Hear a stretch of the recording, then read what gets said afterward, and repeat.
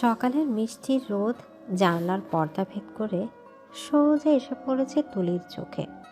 বিছানায় একটা যুদ্ধের ছাপ স্পষ্ট, বালিশ একটা নিচে একটা কাঠের কোণায়, আর ঘরের মাঝখানে বিশাল কিং সাইজ খাটে উপর হয়ে শুয়েছে গল্পের নায়িকা 18 বছর বয়সী তুলি। যদিও তাকে দেখলে মনে হয় এই তো কদিন আগে 10-এ পা দিয়েছে। উচ্চতা 5 ফুটের গণ্ডি পেরোতেই হিমশিম খেয়েছে। গায়ের রং দুধে আলতা, আর মায়াবী চেহারার একটা শিশু সুলভ ভাব। তার এক হাতে একটা বিশাল সাইজের পন্ডা পুতুল, আর অন্য হাতে ঝুলে আছে খাটের নিচে। এই মেয়ে, আর কতক্ষণ পরে থাকবি? দুপুর 12টা বাজতে চললো। আজ না দেখতে আসার কথা। ওঠ বলছি। রাবেয়া বেগম হাতে খুন্তি নিয়ে দরজায় দাঁড়িয়ে আছেন। তার গলায় বিরক্তি উদ্বেগ দুটোরই সংমিশ্রণ। তিনি জানান এই মেয়েকে ঘুম থেকে তোলা আর পাহাড় ঠেলে সরানো সমান কথা। উফ মা, চেঁচামেচি করো না তো। আমার পাণ্ডু ভয় পাচ্ছে। আর কে দেখতে আসবে? আমাকে দেখতে চিড়িয়াখানার লোক আসবে নাকি? আমি কি বানর? তুলি চোখ না খুলে বিড়বিড় করে কথাগুলো বলল, তার গলার স্বরে ঘুমের রেশ। সে পান্ডাটাকে আর শক্ত করে জড়িয়ে ধরল। বানর তুই একটা আসিস। আজ তোকে পাত্রপক্ষ দেখতে আসবে, আরহামের ফ্যামিলি আসবে। তুই যদি এখন না উঠিস, আমি তোর ওই পান্ডাকে ডাস্টবিনে ফেলে দেবো। পান্ডাকে ডাস্টবিনে ফেলে দেব? এ কথাটা কানে যেতে তুলি স্প্রিং এর মতো লাফিয়ে উঠল। তার বড় বড় চোখ দুটোতে আতঙ্কের ছাপ। সে বিছানায় বসে দ্রুত নিজের চুলগুলো ঠিক করার ব্যর্থ চেষ্টা করলো। কি বললে? পাত্রপক্ষ মানে বিয়ের জন্য? মা, আমি কি বলেছি আমি বিয়ে করব? আমি তো এখনো বাচ্চাই আছি। তাছাড়া আমার কার্টুন দেখা শেষ হয়নি। আমি এখন বিয়ে করলে টম এন্ড জেরি দেখবে কে? রাবেয়া বেগম মেয়ের কাণ্ড দেখে কপালে হাত দিলেন। এই মেয়ে যে কবে বড় হবে তা ওপরওয়ালাই জানেন। তোর টম অ্যান্ড জেরি তোর শ্বশুরবাড়িতে গিয়ে দেখিস। ছেলে ডাক্তার, অনেক বড় বংশ। এমন ছেলে হাতছাড়া করলে কপাল চাপড়াবে। যা জলদি ফ্রেশ হয়ে নে, বন্যা তোকে শাড়ি পরিয়ে দেবে। রাবেয়া বেগম আর কথা না বাড়িয়ে ঘর থেকে বেরিয়ে গেল। তুলি গাল ফুলিয়ে বিছানা বসে রইল। তার ফর্সা গাল দুটো রাগে টমেটোর মতো লাল হয়ে গেছে। সে তার পান্ডা পুতুলটার দিকে তাকালো। দেখলি পাণ্ডু, মা কেমন পচা। আমাকে নাকি বিয়ে দিবে, তাও আবার ডাক্তারের সাথে। ইস, ডাক্তাররা তো সারাদিন পচা ওষুধের গন্ধ গায়ে মেখে ঘুরে বেড়ায়, আর হাতে বড় বড় সুই নিয়ে থাকে। আমি মরে গেলেও কোনো ডাক্তারকে বিয়ে করব না। আজ আসুক ওরা, এমন কাণ্ড করব যে পালিয়ে বাঁচবে। অন্যদিকে শহরের নামকরা হার্ট কেয়ার হসপিটাল এর দৃশ্যটা একদম ভিন্ন। করিডোর দিয়ে গট গট করে হেঁটে আসছেন ডক্টর আরহাম চৌধুরী। 26 বছর বয়সী আরহামের পরনে সাদা অ্যাপ্রন, গলায় স্ট্যাথোস্কোপ। চশমার ফ্রেমে তার গম্ভীর চোখ দুটো আরও তীক্ষ্ণ লাগছে। তার হাঁটার ভঙ্গিতে একটা আভিজাত্য আর গাম্ভীর্য ফুটে ওঠে। নার্স এবং জুনিয়র ডাক্তাররা তাকে দেখলেই নড়ে চড়ে দাঁড়ায়। স্যার, এই 4 নম্বর ওয়ার্ডের পেশেন্টের রিপোর্টটা এসেছে, একটু দেখবেন? রিনা একটু লাজুক ভঙ্গিতে ফাইলটা বাড়িয়ে ধরল। সে আরহামকে পছন্দ করে, এটা হসপিটালের সবাই জানে, কিন্তু আরহামের সেদিকে কোনো ভ্রুক্ষেপ নেই। টেবিলে রেখে যান, আর ওনাদের বলুন ডিসচার্জ পেপার রেডি করতে। আমি রাউন্ডে আসছি। আরহাম ফাইলটা না দেখে নিজের কেবিনে ঢুকে পড়ল। তার কপালে চিন্তার ভাঁজ। আজ তার মা জোর করে তাকে মেয়ে দেখতে নিয়ে যাচ্ছে। আরহামের এসব বিয়ে শাদিতে একদম আগ্রহ নেই। তার মতে মেয়েরা হলো এক ধরনের জটিল ইকুয়েশন, যা সলভ করতে গেলে ব্রেইন ড্যামেজ হওয়ার সম্ভাবনা থাকে। বিশেষ করে আজকালকার মেয়েরা সে সারাদিন মেকআপ আর সেলফি নিয়ে ব্যস্ত। কিরে দোস্ত, মুখটা বাংলা পাঁচের মতো করে রেখেছিস কেন? আজ না তোর ডিডে, মানে দেখতে যাওয়ার দিন? নেহাল আরহামের কেবিনে ঢুকতে ঢুকতে বলল। নেহাল আরহামের বেস্ট ফ্রেন্ড এবং একই হসপিটালের নিউরোলজিস্ট। চুপ কর নিহাল, আমার একদম মুড নেই। মা ইমোশনাল ব্ল্যাকমেইল করে নিয়ে যাচ্ছে। আমি শিওর মেয়েটা কোনো ন্যাকামিপূর্ণ ক্যারেক্টার হবে। দেখিস আমি গিয়েই রিজেক্ট করে দেব। আগে দেখ তো, শুনেছি মেয়ে নাকি খুব কিউট। বয়স একটু কম, তোর সাথে ভালো মানাবে। গম্ভীর ডাক্তার, চঞ্চল বউ, পারফেক্ট কম্বিনেশন। আমি বাচ্চা পালতে পারবো না। আমার বউ হতে হবে ম্যাচিওর, যে আমার কাজ বুঝবে। যাই হোক, ডিউটি শেষ করে আমাকে বের হতে হবে। মা বারবার ফোন দিচ্ছে। বিকেল গড়িয়ে সন্ধ্যা। মিজান সাহেবের ড্রয়িং রুমে পিনপতন নীরবতা। সোফায় বসে আছেন আরহামের বাবা আসাদ চৌধুরী, মা সুলতানা চৌধুরী। আরহাম এবং তার ছোট বোন রীতি। আরহাম একটা নেভি ব্লু পাঞ্জাবি পরেছে, হাতেটা কোনি পর্যন্ত ফোল্ড করা। তাকে অসম্ভব সুন্দর লাগছে, কিন্তু তার মুখের গাম্ভীর্য থেকে মনে হচ্ছে সে কোনো শোক সভায় এসেছে। এমন সময় ড্রয়িং রুমের পর্দা নড়ে উঠল। বন্যা মানে তুলির ভাবি তুলিকে ধরে নিয়ে আসছে। তুলির পরনে একটা হালকা গোলাপি রঙের শাড়ি। শাড়িটা তার সামলাতে খুবই কষ্ট হচ্ছে, সেটা তার হাঁটার ধরন দেখে বোঝা যায়। সে বারবার হোঁচট খাচ্ছে আর বন্যার হাত খামচে ধরছে। তার মুখটা গোমড়া, যেন তাকে ফাঁসির মঞ্চে নিয়ে যাওয়া হচ্ছে। ওয়াও ভাইয়া, দেখ দেখ ভাবি কি কিউট, একদম বারবি ডলের মতো লাগছে। হৃদি ফিসফিস করে আরহামের কানে কথাটা বলল। আরহাম মোবাইল থেকে চোখ সরিয়ে সামনে তাকালো। মুহূর্তের জন্য তার চোখের পলক যেন আটকে গেল। গোলাপি শাড়িতে মোড়ানো মেয়েটাকে দেখে তার মনে হলো কোনো বাচ্চা মেয়ে মায়ের শাড়ি পরে শখ মেটাচ্ছে। মেয়েটার টানা টানা চোখ, ভয়ের ছাপ, ঠোঁট দুটো ফোলানো। আরহামের গম্ভীর মুখে একটা সূক্ষ্ম কৌতুকের রেখা ফুটে উঠল। এটা বউ হবে নাকি কিন্ডার গার্ডেনের স্টুডেন্ট? আরহাম মনে মনে ভাবল। এসো মা, আমার কাছে এসে বসো। মাশাআল্লাহ, মেয়ে তো পরীর মতো সুন্দর। নাম কি তোমার মা? এদিকে তুলি ভয়ে ভয়ে গিয়ে সুলতানা চৌধুরীর পাশে বসলো। সে আর চোখে একবার আরহামের দিকে তাকালো। লোকটাকে দেখেই তার পিত্তি চলে যাচ্ছে। কেমন গোমরা মুখ, দেখলেই মনে হয় তেতো করলা খেয়েছে। আমার নাম তুলি। তুলির গলাটা একটু কেঁপে উঠল। পড়াশোনা কতদূর করছো মা? ইন্টার ফার্স্ট ইয়ারে। তবে আমি কিন্তু পড়াশোনা একদম পছন্দ করি না, আমাকে জোর করে কলেজে পাঠানো হয়। তুলির সোজা সাপটা কথা শুনে ড্রয়িং রুমের সবাই একটু থতমত খেয়ে গেল। রাবেয়া বেগম মেয়ের দিকে চোখ বড় বড় করে তাকালেন, ইশারা করলেন চুপ থাকার জন্য। কিন্তু তুলি থামল না। সে ঠিক করেছে আজ এমন সব কথা বলবে যাতে এরা তাকে পছন্দ না করে।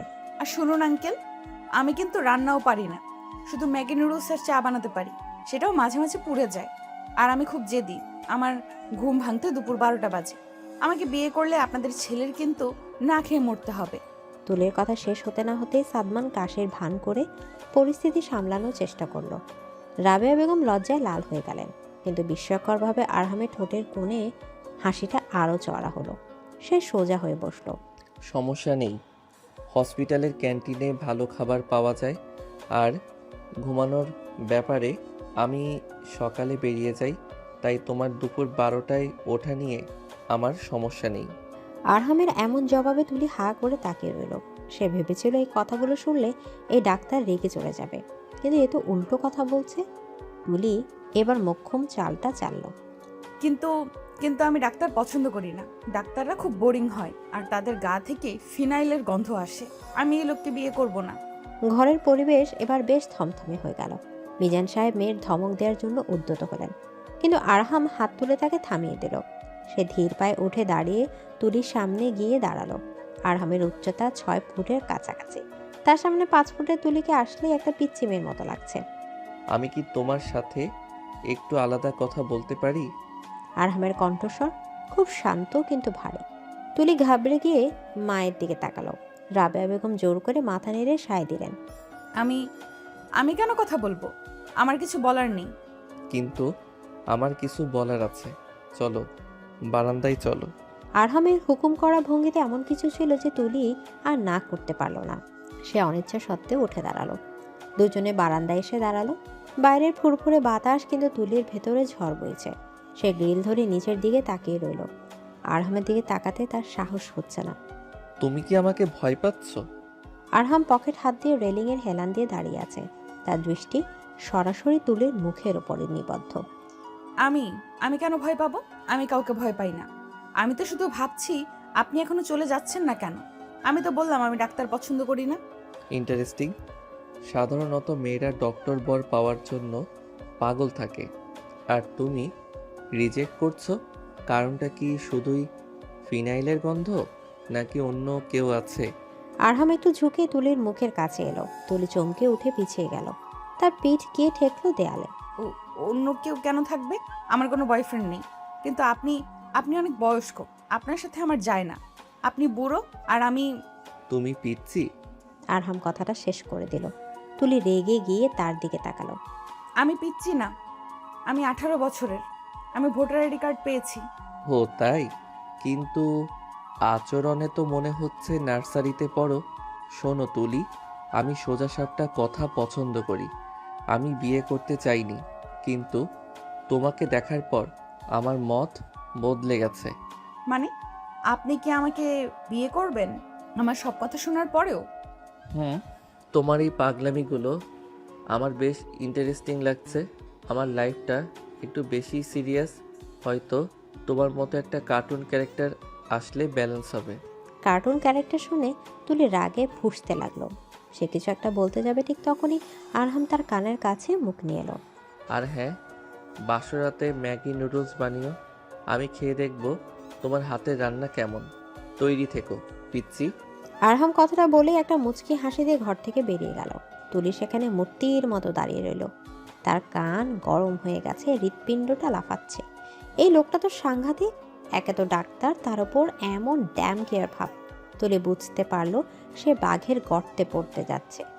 অসভ্য লোক আমাকে বিচ্ছি বলল, আর ম্যাগি নুডলস খেতে দেয়, আর ম্যাগি নুডলস খেতে চায়। দাঁড়াও ডাক্তার সাহেব, তোমাকে যদি আমি নাকানি চোবানি না খাওয়াই তবে আমার নামও তুলি না। ড্রয়িং রুমে ফিরে গিয়ে আরহাম জানিয়ে দিল তার মেয়ে পছন্দ হয়েছে। বিয়ের তারিখ ঠিক করা হলো আগামী সপ্তাহে শুক্রবার। তুলি যখন শুনলো তার বিয়ে ঠিক হয়ে গেছে, সে কান্নাকাটি করে বাড়ি মাথায় তুলল। কিন্তু দুই পরিবারের খুশির জোয়ারে তার কান্না ভেসে গেল। পরের কয়েকটা দিন তুলির জন্য ছিল বিভীষিকাময়। বাড়িতে আত্মীয় স্বজনের ভিড়, গায়ে হলুদের আয়োজন, কেনাকাটা সব চলছে পুরোদমে। তুলি এর মধ্যে কয়েকবার পালানোর প্ল্যান করেছিল। একবার সে তার পান্ডা পুতুল ব্যাগে ভরে ছাদ দিয়ে পাইপ বেয়ে নামারও চেষ্টা করেছিল, কিন্তু নিচে করিম চাচার টর্চ মেরে তাকে ধরে ফেলে। আরেকবার সে পেটে ব্যথার ভান করে হসপিটালে ভর্তি হতে চেয়েছিল, কিন্তু তার বাবা বলল। শুনে তুলির সাথে সাথে সুস্থ হয়ে গেল। আজ গায়ে হলুদ। তুলিকে হলুদ শাড়িতে কাঁচা সোনার মতো লাগছে, কিন্তু তার মুখটা শ্রাবণের আকাশের মতো মেঘলা। সে স্টেজে বসে আছে আর তার বন্ধুরা তাকে ঘিরে নাচছে। কি রে তুলি, এখনো মুখ গোমরা করে আছিস? চিচি তো মাশাল্লাহ অনেক হ্যান্ডসাম। আমাদের তো জেলাস ফিল হচ্ছে। হ্যান্ডসামের গুষ্টি কিলাই, তুই জানিস না ও কত খচ্চর। আমাকে পিচ্ছি বলে ডাকে। তুই বিয়ে কর না প্লিজ, আমি তো সব চকলেট দিয়ে দিব।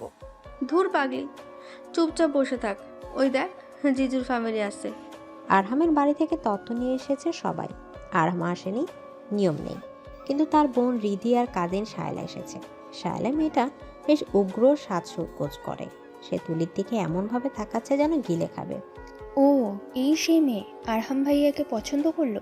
এ তো সাইজেও ছোট, আবার দেখতেও কেমন গ্রাম্য টাইপ। আমার তো বিশ্বাসই হচ্ছে না। শায়লা ইচ্ছে করে জোরে জোরে বলল যাতে তুলি শুনতে পায়। তুলি এমনিতেই রেগেছিল। শায়লার কথা শুনে তার মেজাজ সপ্তমে চড়ে গেল। এই যে মেকআপের বস্তা, আমাকে গ্রাম্য বলছেন? আর আপনি কে? যাত্রা পার্টি থেকে এসেছেন নাকি? আপনার মুখের প্লাস্টার খসে পড়ছে তো। আশেপাশে সবাই হেসে উঠল। শায়লা অপমানে লাল হয়ে গেল। রিধি এসে পরিস্থিতি সামলালো। ইস ভাবি, তুমি তো দারুণ ঝগড়া করতে পারো। ভাইয়ার সাথে তোমার খুব জমবে।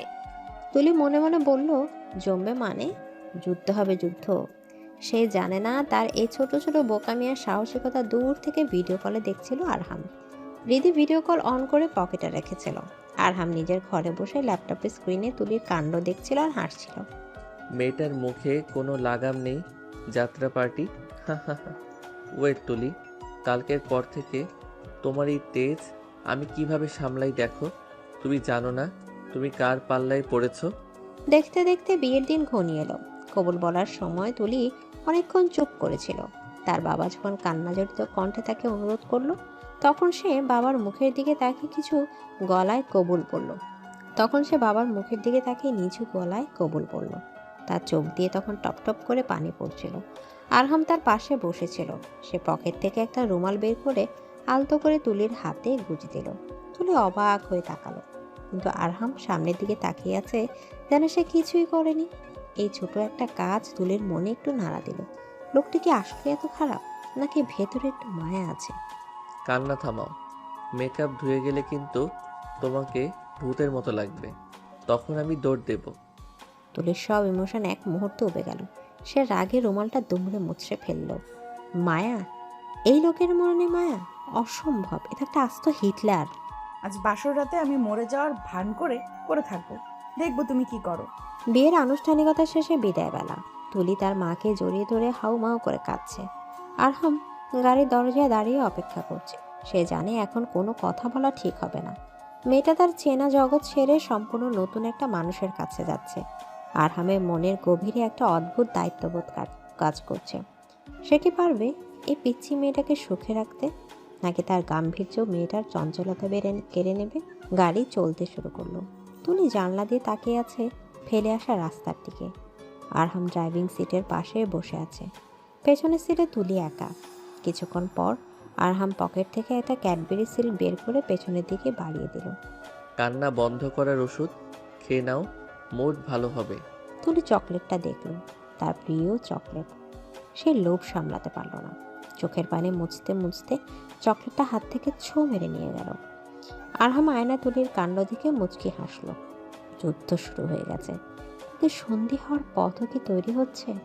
রাত তখন প্রায় 11টা। আরহামের সাদা প্রাডো কারটি চৌধুরী বিলার গেট দিয়ে ভেতরে প্রবেশ করলো। বাড়িটি আজ আলোয় ঝলমল করছে। লাল নীল মরিচ বাতির আলোয় পুরো বাড়িটিকে কোনো রাজপ্রাসাদের মতো মনে হচ্ছে। গাড়ির পেছনের সিটে বসে থাকা তুলির চোখ ঘুমে ঢুলো।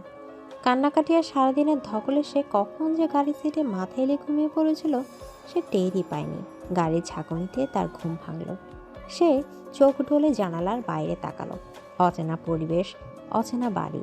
তার বুকের ভেতরটা ধক করে ওঠে। ভাবতে তার গলার কাছে কান্না দলা পাকিয়ে এলো। নেমে এসো, নাকি কোলে করে নামাতে হবে? আরহাম গাড়ির দরজা খুলে দাঁড়িয়ে আছে, তার মুখে সেই চিরচেনা বাঁকা হাসি। তুলি দ্রুত ওড়না ঠিক করে গাড়ি থেকে নামলো। তার শাড়ির আঁচল বারবার পায়ে জড়িয়ে যাচ্ছে। আমি নামতে পারি, আমার পা আছে, আমাকে কোলে নিতে হবে না। আপনি কি নিজেকে সিনেমার হিরো ভাবেন নাকি? তুলি বিড়বিড় করে কথাগুলো বলল। আরহাম শুনতে পেল। সে কিছু বলল না, শুধু মুচকি হাসল। মূল দরজার সামনে দাঁড়াতেই এক ঝাঁক তরুণ তরুণী পথ আটকে দাঁড়ালো। এদের মধ্যে আরহামের কাজিনরা এবং বোনেরা আছে। সামনে দাঁড়িয়ে আছে রীতি এবং শায়লা। ভাইয়া, ভেতরে যাওয়া অত সহজ না। গেট ধরা বাবদ 10,000 টাকা লাগবে। আগে টাকা দাও, তারপর ভাবিকে নিয়ে ভেতরে যাও। আরহাম পকেট থেকে মানিব্যাগ বের করতে যাবে, এমন সময় শায়লা এগিয়ে এসে আরহামের হাতটা আলতো করে ধরল। আরহাম ভাইয়া, তুমি কেন টাকা দেবে? তুমি তো আমাদের ঘরের ছেলে, টাকা তো দেবে ওই নতুন বউ। ও আমাদের কি গিফট এনেছে সেটা আগে দেখা। শায়লার কথা একটা প্রচণ্ড অপমান লুকিয়েছিল। তুলি সেটা বুঝতে পারল। সে শায়লার দিকে অগ্নি দৃষ্টিতে তাকালো। মেয়েটা ইচ্ছে করে তার হাত ধরেছে। তুলির কেন জানি এটা সহ্য হলো না। সে নিজের অজান্তেই আরহামের আরেকটা হাত খপ করে ধরে ফেলল। আরহাম অবাক হয়ে তুলির দিকে তাকালো। আমার কাছে টাকা নেই, কিন্তু আমার বর ডাক্তার, আপনাদের সবার দাঁত তুলে ফেলার ব্যবস্থা করে নিতে পারে। ফ্রিতে ট্রিটমেন্ট চান নাকি টাকা চান? তুলির কথা শুনে সবাই হো হো করে হেসে উঠল। শায়লার মুখটা কালো হয়ে গেল। আরহাম হাসি চেপে গম্ভীর গলায় বলল, দিদি পথ ছাড়ো, ও ক্লান্ত। আর শায়লা, তুমি ভেতরে গিয়ে মায়ের সাথে খাবারের ব্যবস্থা করো। আরহাম নিজের হাত ছাড়িয়ে নিয়ে তুলির পিঠে আলতো করে হাত রেখে তাকে ভেতরে নিয়ে গেল। এই সামান্য স্পর্শে তুলির শরীরটা কেঁপে উঠল। এটা কি ভয় নাকি অন্য কিছু সে বুঝতে পারল না। সুলতানা চৌধুরী বরণ ডালা নিয়ে এগিয়ে এলেন। তিনি খুব যত্ন করে তুলিকে মিষ্টিমুখ করলেন এবং ঘরে তুললেন। ড্রয়িং রুমে অনেক আত্মীয় স্বজন বসে আছে। সবাই নতুন বউকে দেখার জন্য উন্মুক্ত। তুলিকে সোফায় বসানো হলো। সে জড়সড় হয়ে বসে রইল। তার মনে হচ্ছে সে কোনো মিউজিয়ামের ছবি। সবাই তাকে দেখছে আর বিচার করছে। মাশাল্লাহ, আমার ছেলের বউটা একদম লক্ষ্মী প্রতিমা। কি মায়াবী চেহারা। কি রে আরহাম, তুই তো লাকি। মায়ের কথায় আরহাম সোফায় হেলান দিয়ে বসলো। তার চোখ তুলির দিকে। তুলি তখন মাথা নিচু করে শাড়ির আঁচল আঙুলে পেঁচাচ্ছে। লাকি কিনা সেটা সময় বলবে মা। তোমার এই লক্ষ্মী বউ কিন্তু একটু আগে গাড়িতে ঘুমিয়ে কাদা হয়ে গিয়েছিল আর নাকও ডাকছিল। তুলি চমকে উঠে আরহামের দিকে তাকালো। সে কখন নাক ডাকলো? এই লোকটা নির্লজ্জের মতো মিথ্যা বলছে। সবার সামনে তাকে পচানো হচ্ছে। আমি একদম নাক ডাকিনি, আপনি মিথ্যা বলছেন। মা, আপনার ছেলে মিথ্যাবাদী। ও নিজেই তো। তুলি কথা শেষ করার আগেই থেমে গেল, কারণ সে খেয়াল করলো ড্রয়িং রুমের সবাই তার মা ডাকা শুনে মুগ্ধ হয়ে তাকিয়ে আছে। সে উত্তেজনায় শাশুড়িকে মা ডেকে ফেলেছে। সুলতানা চৌধুরী আবেগে আপ্লুত হয়ে তুলির কপালে চুমু খেলেন। ওরে আমার পাগলি রে, তুই আমাকে মা ডেকেছিস? আজ থেকে তুই আমার মেয়ে। আরহাম কিছু বললে আমাকে বলবি, আমি ওর কান মুলে দিব। শাশুড়ির আদর পেয়ে তুলির মনটা একটু হালকা হলো। যাক, এ বাড়িতে অন্তত একজন মানুষ আছে যে হিটলারের মতো না। খাওয়া দাওয়া শেষে তুলিকে তার ঘরে নিয়ে যাওয়া হলো। আরহামের বেডরুমটা বিশাল, নীল আর সাদার কম্বিনেশনে সাজানো। মাঝখানে বিশাল খাটটা রজনীগন্ধা আর গোলাপ ফুল দিয়ে এমনভাবে সাজানো হয়েছে যে তোষক দেখা যাচ্ছে না। ফুলের গন্ধে ঘরটা মোমো করছে। রিদি আর কাজিনরা তুলিকে বসিয়ে রেখে দরজা বাইরে থেকে বন্ধ করে দিয়ে গেল। যাওয়ার আগে রিদি ফিসফিস করে বলে গেল, ভাবি, অল দ্য বেস্ট। ভাইয়া কিন্তু একটু বোরিং, তুমি রোমান্স শুরু করো। তুলি এখন একা। সে ভয়ে ভয়ে চারপাশটা দেখলো। এই সে বাসর ঘর। বাংলা সিনেমায় দেখেছি বাসর রাতে নায়িকারা লজ্জা পায়, কিন্তু তুলির লজ্জা লাগছে না। তার ভয় লাগছে আর ক্ষুধা পেয়েছে। বিয়ে টেনশনে সে সারাদিন ঠিক মতো খায়নি। এখন তার পেটের ভেতর ইঁদুর দৌড়াচ্ছে। সে খাটের নিচে তাকালো। এত ফুল কেন? আমি ঘুমাবো কোথায়? আর এই ফুলের গন্ধে তো আমার হাঁচি আসছে। এই ডাক্তারটা কি ফুলের ব্যবসা শুরু করেছে নাকি? তুলি খাট থেকে কিছু ফুল সরিয়ে জায়গা করার চেষ্টা করলো। হঠাৎ তার চোখ পড়ল খাটের পাশে রাখা ছোট টেবিলটার দিকে। সেখানে এক গ্লাস দুধ আর কিছু মিষ্টি রাখা আছে। তুলির চোখ চকচক করে উঠল। যাক বাবা, খাবার আছে। ডাক্তার হলেও বুদ্ধি আছে লোকটার। তুলি দ্রুত পায়ে গিয়ে একটা মিষ্টি মুখে পড়ল। ঠিক সেই মুহূর্তে দরজায় খটখট শব্দ হলো এবং দরজা খুলে গেল। আরহাম ভেতরে ঢুকলো। সে পাঞ্জাবিটা পাল্টে একটা টি শার্ট আর ট্রাউজার পরেছে, তাতে একটা হাতে একটা তোয়ালে। তুলির গাল ভর্তি মিষ্টি সে চিবোতে ভুলে গেল। আরহামকে দেখে সে হা করে তাকিয়ে রইল। মিষ্টির রস তার ঠোঁটের কোণ দিয়ে গড়িয়ে পড়ছে। বাহ, রোমান্টিক বাসর রাতে বউ আমার মিষ্টি চুরিতে ব্যস্ত। আমি ভাবলাম তুমি লজ্জা পেয়ে ঘুমটা দিয়ে বসে থাকবে আর আমি এসে ঘুমটা খুলবো, কিন্তু তুমি তো দেখছি পুরো ডিনার পার্টি শুরু করে দিয়েছো। আরহাম দরজাটা লক করে দিয়ে ধীর পায়ে এগিয়ে এলো। তুলি দ্রুত মিষ্টিটা গিলে ফেলার চেষ্টা করলো, তাতে তার বিষম লাগলো। সে কাশতে শুরু করলো। আরহাম দ্রুত এগিয়ে এসে পানির গ্লাসটা এগিয়ে ধরলো। আস্তে, কেউ কি কেড়ে নিচ্ছে? পানি খাও। তুলি ঠকঠক করে পানি খেয়ে হাফ ছাড়লো। তার ফর্সা মুখটা কাশতে কাশতে লাল হয়ে গেছে। আরহাম টিস্যু দিয়ে তুলির ঠোঁটের কোণের মিষ্টির রস মুছে দিল। আরহামের আঙুলের স্পর্শে তুলি শিউরে উঠল। সে এক ঝটকায় সরে গেল। আপনি আপনি আমার কাছে আসবেন না। আমি কিন্তু কেরাতে জানি। আমি আপনাকে মেরে হাড়গোড় ভেঙে দেব। আরহাম অবাক হওয়ার ভান করে খাটের এক কোণায় বসলো। ও মাই গড, ক্যারাতে? আমি তো জানতাম না আমি ব্রুসলির বোনকে বিয়ে করেছি।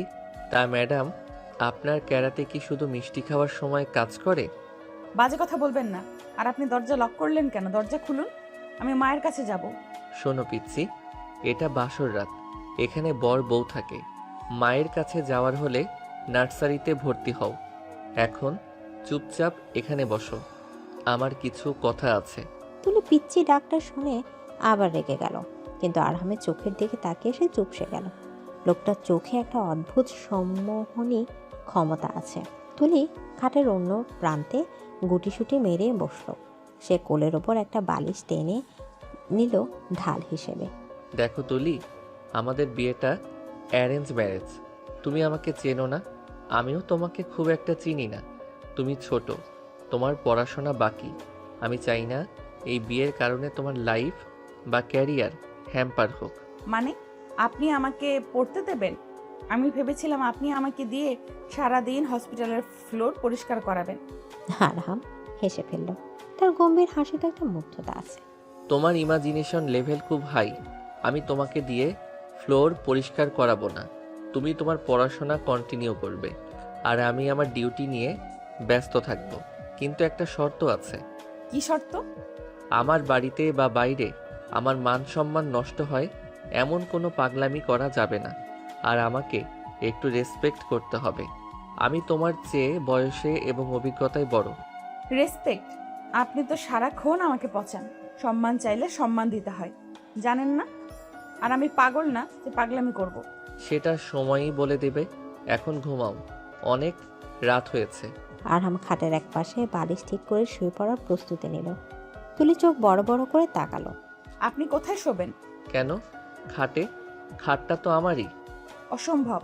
আমি আপনার সাথে এক খাটে ঘুমাবো না। আপনি যদি ঘুমের মধ্যে আমাকে অপারেশন করে দেন বা ইঞ্জেকশন দিয়ে দেন, আমি সোফায় ঘুমাবো। তুলি বালিশ নিয়ে সোফার দিকে যেতে চাইল। আরহাম তার হাত ধরে আটকে দিল। ড্রামা বন্ধ করো। আমি হার্ট স্পেশালিস্ট, ঘুমের মধ্যে অপারেশন করি না। আর সোফায় ঘুমালে কাল সকালে পিঠে ব্যথা হবে, তখন কিন্তু আমি ট্রিটমেন্ট দেব না।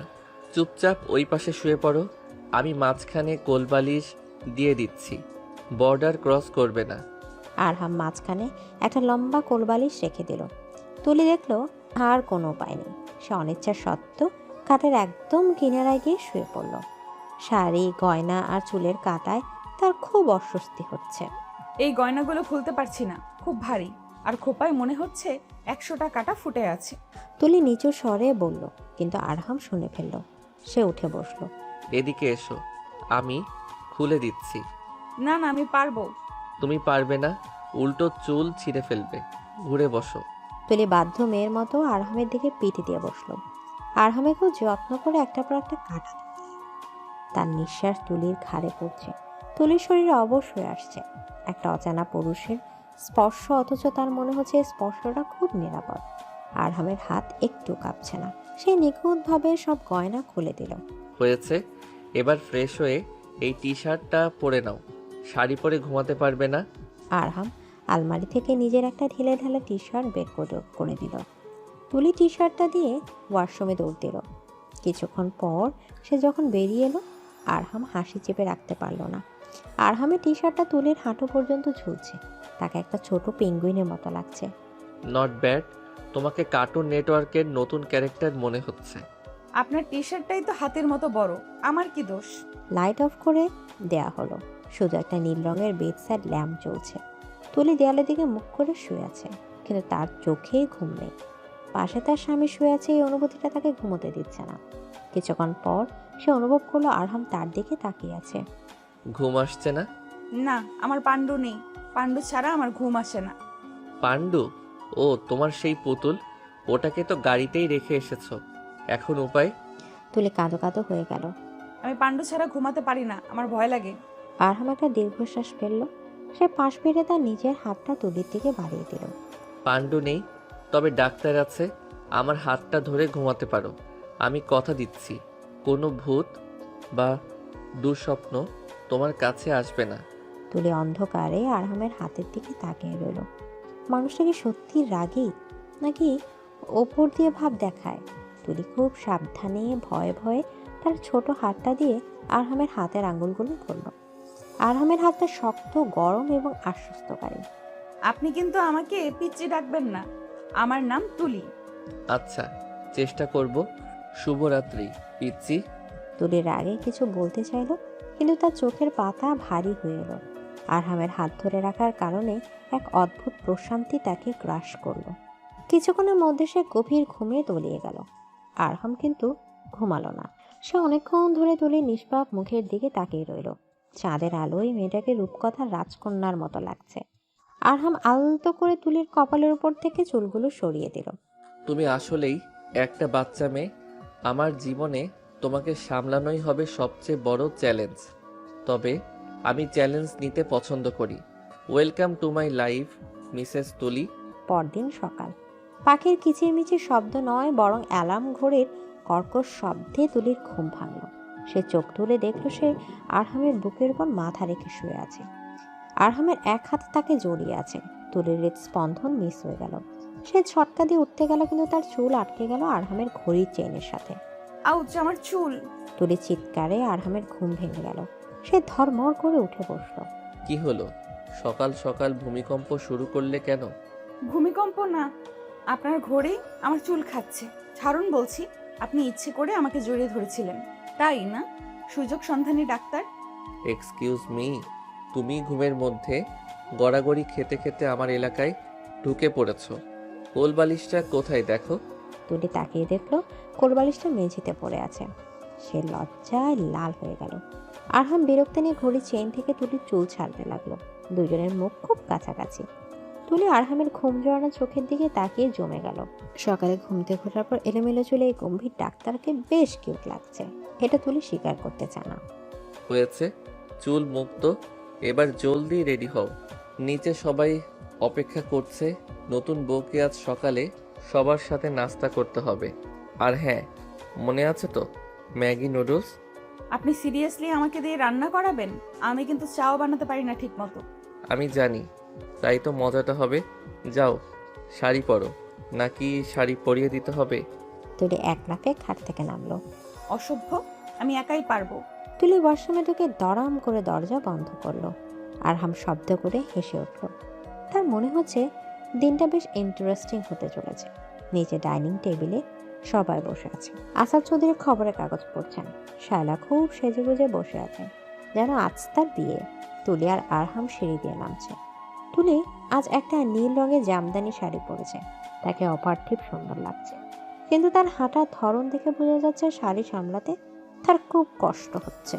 এসো মা এসো, কাল রাতে ঘুম ভালো হয়েছে তো? জি বাবা। ওমা, ভাবি তো দেখি 10টার সময় ঘুম থেকে উঠলো। আমাদের বাড়িতে তো নতুন বউরা ভোরে ওঠে। ভাবি কি এখনো বাবার বাড়ির অভ্যেস ভুলতে পারেনি? শালার কথায় খোঁচাটা স্পষ্ট।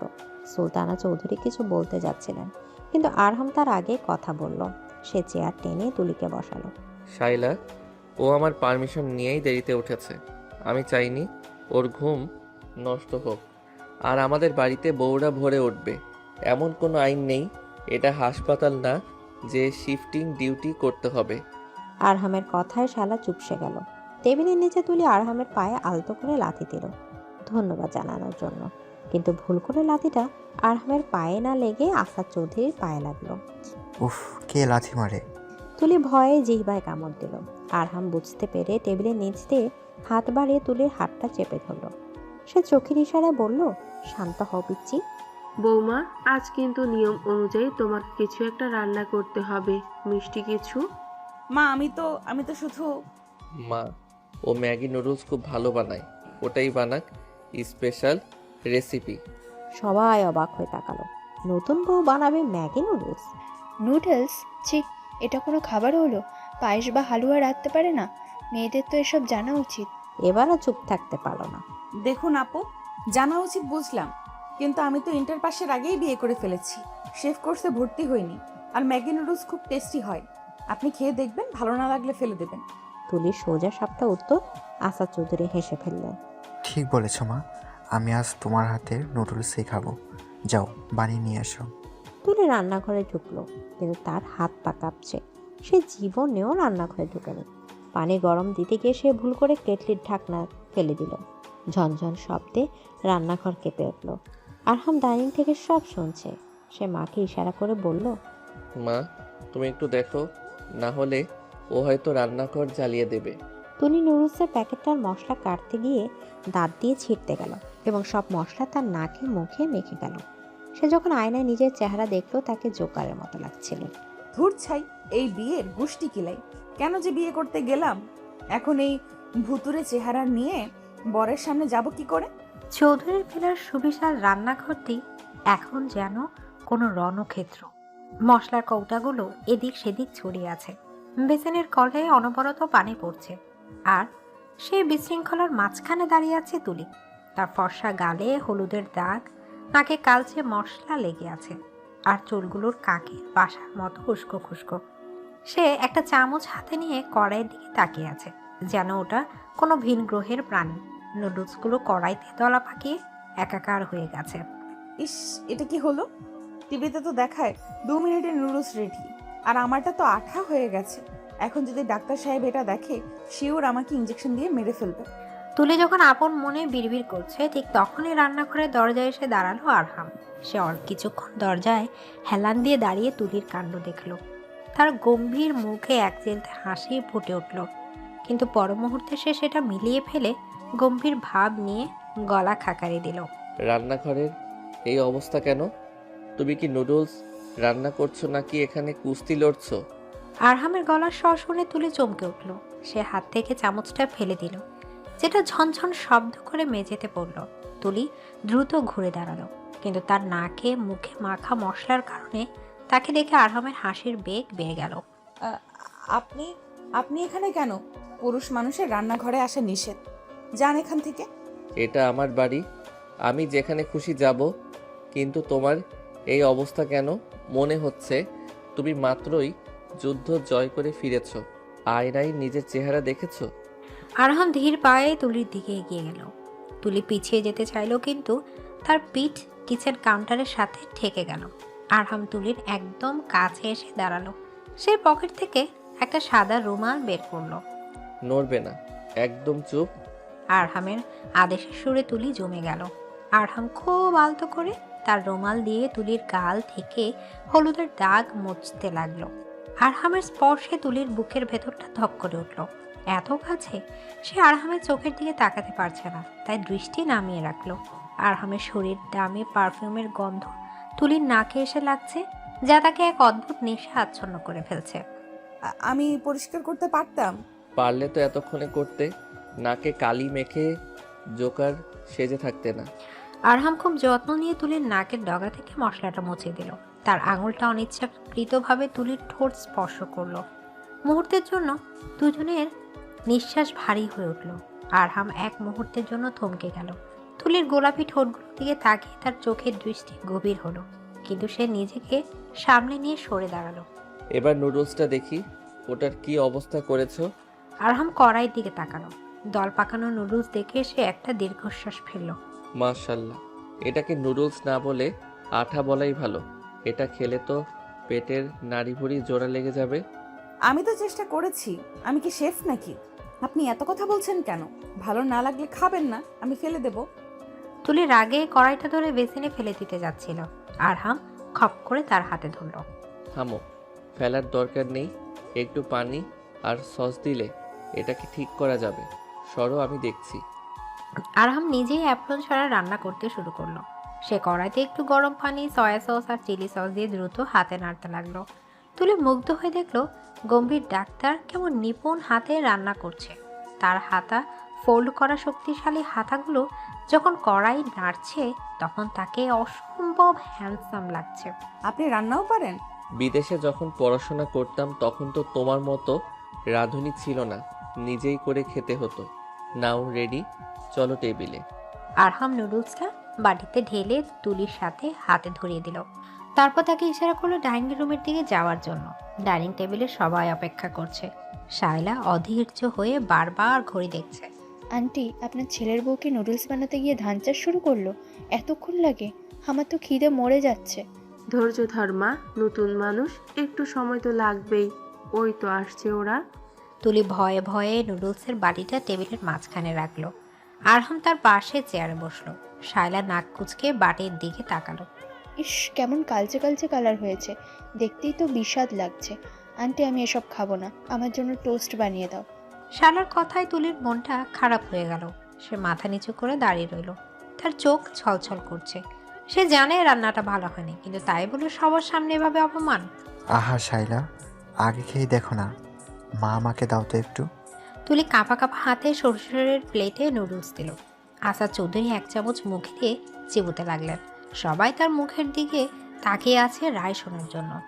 বাহ, বেশ তো হয়েছে। একটু ঝাল ঝাল টক টক, আমার তো ভালোই লাগছে।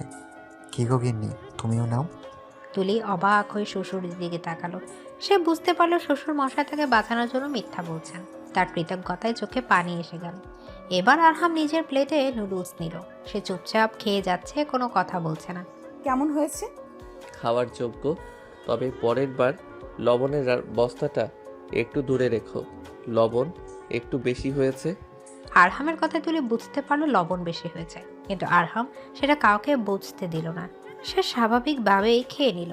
শায়লা অবাক হয়ে দেখলো আরহাম পুরো প্লেট শেষ করে ফেলেছে।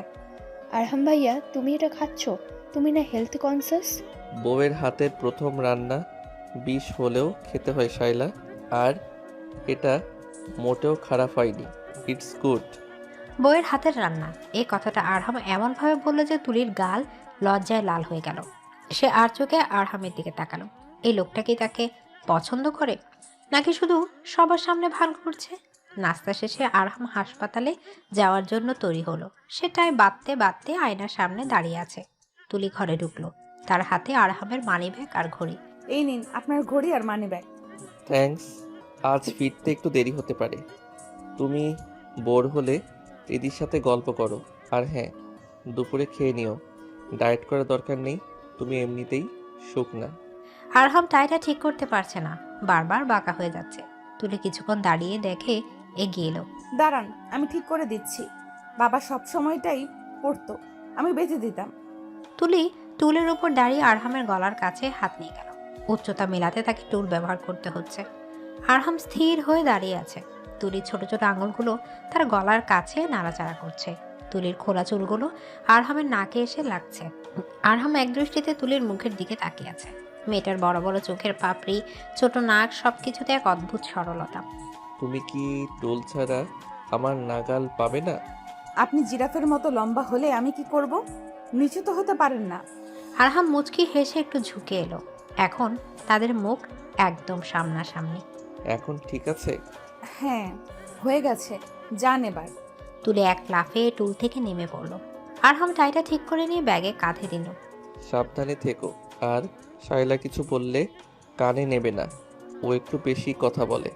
আরহাম চলে যাওয়ার পর তুলি জানলার ফাঁক দিয়ে দেখলো তার গাড়িটা গেট দিয়ে বেরিয়ে যাচ্ছে। সে দীর্ঘশ্বাস ফেলল। এই বিশাল বাড়িতে সে এখন একা। শাশুড়ি মা ভালো, হৃদিও ভালো, কিন্তু শায়লা আর তার একাকিত্ব তাকে গ্রাস করেছে। দুপুর গড়িয়ে বিকেল। তুলি হৃদির ঘরে বসে লুডো খেলছে। হৃদি আর তুলির মধ্যে বেশ ভাব হয়ে গেছে। ভাবি, তুমি ভাইয়াকে কিভাবে পটালে বলো তো? ভাইয়া তো মেয়েদের দিকে তাকাতই না। আমরা তো ভেবেছিলাম ভাইয়া কোনো বইকে বিয়ে করবে। আমি পটাইনি, তোমার ভাইয়া আমাকে জোর করে বিয়ে করেছে। আমি তো বিয়েই করতে চাইনি। কিন্তু ভাইয়া তোমাকে খুব কেয়ার করে। সকালে দেখলে না কিভাবে নুডলস খেয়ে নিল? আমরা হলে বমি করে দিতাম। তুলি হৃদির কথায় হাসলো, কিন্তু মনে মনে ভাবলো কেয়ার করে নাকি দয়া দেখায়। এমন সময় তুলির ফোন বেজে উঠল।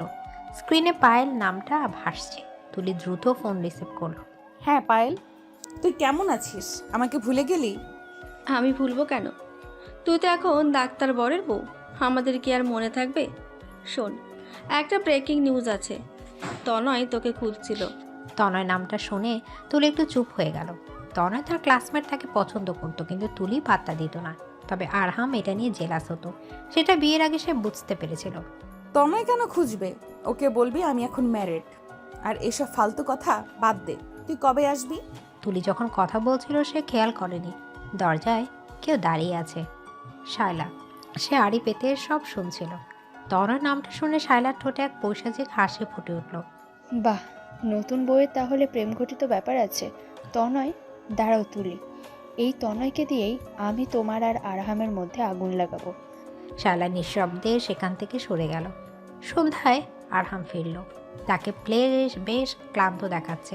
তুলি দৌড়ে গিয়ে তার হাত থেকে ব্যাগটা নিল। আপনি এত দেরি করলেন কেন? মা আপনার জন্য অপেক্ষা করছিল। ইমার্জেন্সি পেশেন্ট ছিল, অপারেশন থিয়েটারে ছিলাম টানা 4 ঘন্টা। এক গ্লাস পানি দাও তো। তুলি দ্রুত পানি নিয়ে এলো। আরহাম সোফায় বসে পানি খেলো। সে টাইটা ঢিলে করে চোখ বন্ধ করে মাথাটা সোফায় এলিয়ে দিল। তুলি তার পাশে দাঁড়িয়ে ইতস্তত করছে। সে কি আরহামের মাথা টিপে দেবে নাকি চলে যাবে? আপনার কি মাথা ব্যথা করছে? খুব। তুলি সাহস সঞ্চয় করে আরহামের পাশে বসলো। সে তার ছোট হাত দিয়ে আরহামের কপালেও মাথায় হাত বুলিয়ে দিতে লাগলো। আরহাম চোখ খুলল না, কিন্তু তার ঠোঁটের কোণে এক প্রশান্তির হাসি ফুটে উঠল। তুলির হাতের স্পর্শে তার সারাদিনের ক্লান্তি যেন নিমিষেই দূর হয়ে যাচ্ছে। তোমার হাতে জাদু আছে পিচ্ছি, পেইন কিলারের চেয়েও ভালো কাজ করছে। আবার পিচ্ছি? আমি পিচ্ছি না। আচ্ছা বাবা, তুমি পিচ্ছি না, তুমি আমার লিটল ওয়াইফ। শোনো, একটা খবর আছে, ব্যাগ গুছিয়ে নাও। কেন, আমাকে কি বাপের বাড়ি পাঠিয়ে দিচ্ছেন? আমি কি কোনো ভুল করেছি? তুলির গলায় আতঙ্কের সুর। আরহাম চোখ খুলে সোজা হয়ে বসলো। সে তুলির গাল আলতো করে টানল। বোকা মেয়ে, বাপের বাড়ি না, আমরা কাল কক্সবাজার যাচ্ছি হানিমুনে। সত্যি? কক্সবাজার? সমুদ্র? ইয়ে, আমি সমুদ্রে যাব। আমি ঝিনুক কুড়াবো আর পানিতে লাফালাফি করব। তুলির উচ্ছ্বাস দেখে আরহাম হাসতে লাগলো। মেয়েটা আসলেই বাচ্চা। হানিমুন মানে যে রোমান্স, এখান থেকে সময় কাটানো সেসব বাদ দিয়ে তার মাথায় ঝিনুক আর পানি। হ্যাঁ, সব করবে, কিন্তু এখন গিয়ে প্যাকিং করো। আর শোনো, বেশি খেলনাপাতি নিও না, আমার লাগেজে জায়গা নেই। আমি আমার পাণ্ডু নেব আর বালতি কোদাল নেব বালি দিয়ে ঘর বানানোর জন্য। হে আল্লাহ, আমি হানিমুনে যাচ্ছি নাকি কিডস পিকনিকে? ঠিক আছে, যা খুশি নাও, কিন্তু কাল সকাল 7টায় ফ্লাইট। দেরি করলে তোমাকে রেখেই চলে যাব। তুলি খুশিতে নাচতে নাচতে রুমে চলে গেল।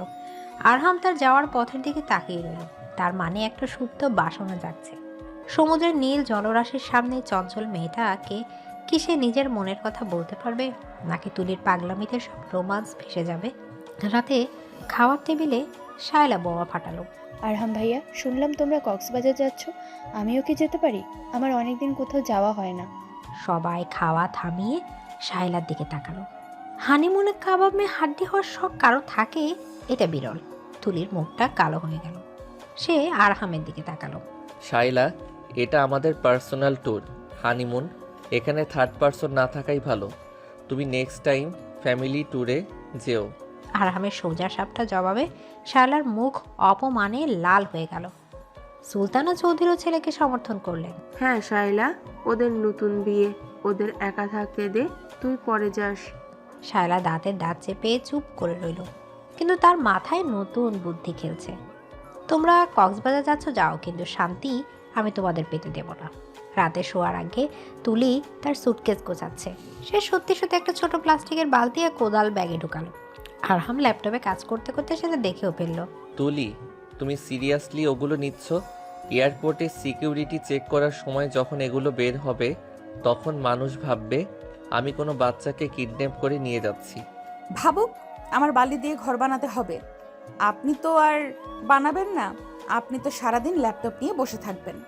আমি ল্যাপটপ নিচ্ছি না, এই কয়দিন নো কাজ, অনলি ইউ অ্যান্ড মি।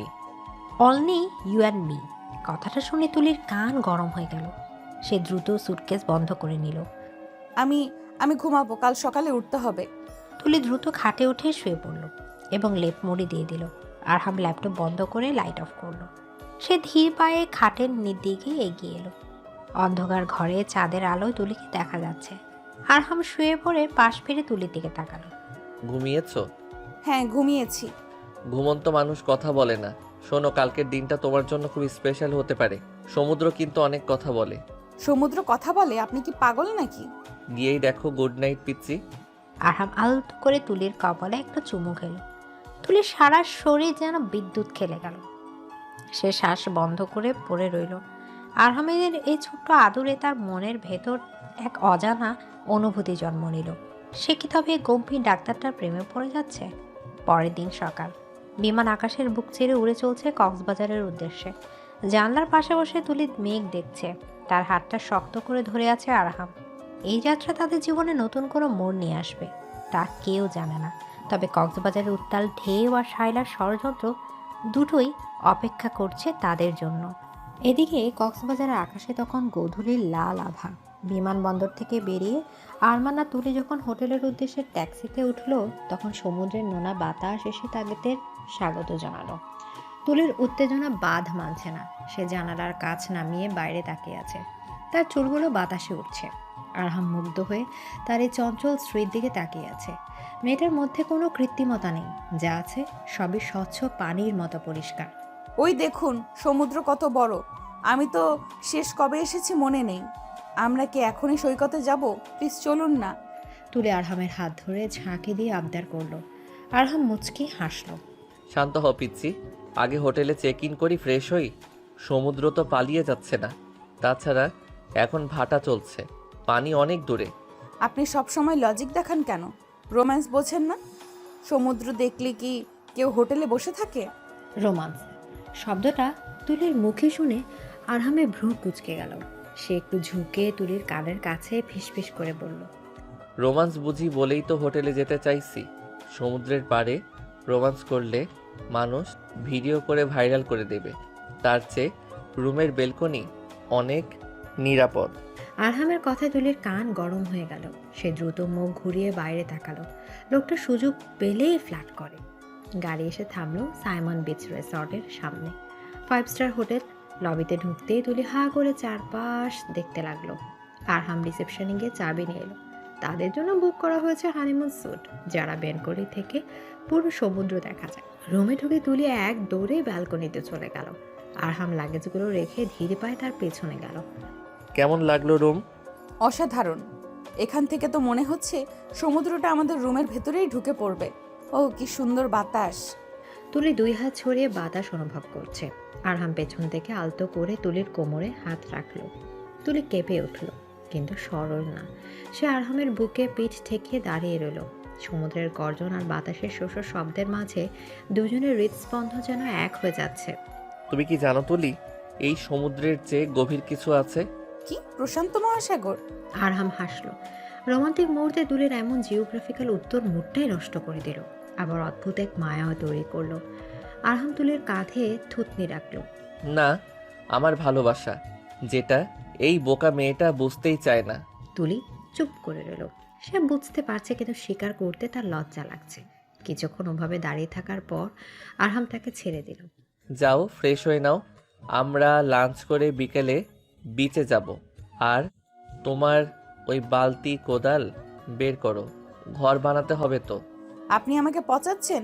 আমি সত্যিই ঘর বানাবো। দুপুরে খাওয়া শেষে বিকেলে তারা সমুদ্র সৈকতে নামলো। তুলি একটা নীল রঙের ফ্লোরাল গাউন পরেছে, মাথায় হ্যাট। আরহাম পরছে সাদা নীল লিলেন শার্ট আর 3/4 প্যান্ট, সাথে চোখে সানগ্লাস। দুজনকে দেখে মনে হচ্ছে যেন সিনেমার শুটিং চলছে। তুলি তার প্লাস্টিকের বালতি আর কোদল নিয়ে বালিতে বসে পড়ে। সে খুব মনোযোগ দিয়ে বালি করছে। আরহাম পাশে বসে তার কাণ্ড দেখছে। আশেপাশে অনেক পর্যটক, অনেকেই এই কিউট দম্পতিকে দেখছে। আপনি বসে আছেন কেন? আমাকে সাহায্য করুন, আমি একটা রাজপ্রাসাদ বানাবো। আমি ইঞ্জিনিয়ার না ডাক্তার, রাজপ্রাসাদ বানানো আমার সিলেবাসে ছিল না। বাহানা করবেন না, এই বালতিটা নিন আর পানি নিয়ে আসুন, বালি ভেজাতে হবে। দেশের নামকরা হার্ট স্পেশালিস্ট ডাক্তার আরহাম চৌধুরী, যার এক অ্যাপয়েন্টমেন্ট পাওয়ার জন্য রোগীরা মাসখানেক অপেক্ষা করে। সে এখন নীল রঙের প্লাস্টিকের মগ হাতে সমুদ্র থেকে পানি আনতে যাচ্ছে। এই দৃশ্য দেখে আরহাম নিজেই মনে মনে হাসল। ভালোবাসার জন্য মানুষ কি না পারে। আরহাম পানি এনে দিল। দুজনে মিলে বালির ঘর বানাতে লাগলো। তুলির মুখে হাতে বালি লেগে আছে। হঠাৎ একটা বড় ঢেউ এসে তাদের বানানো ঘরটা ধুয়ে নিয়ে গেল।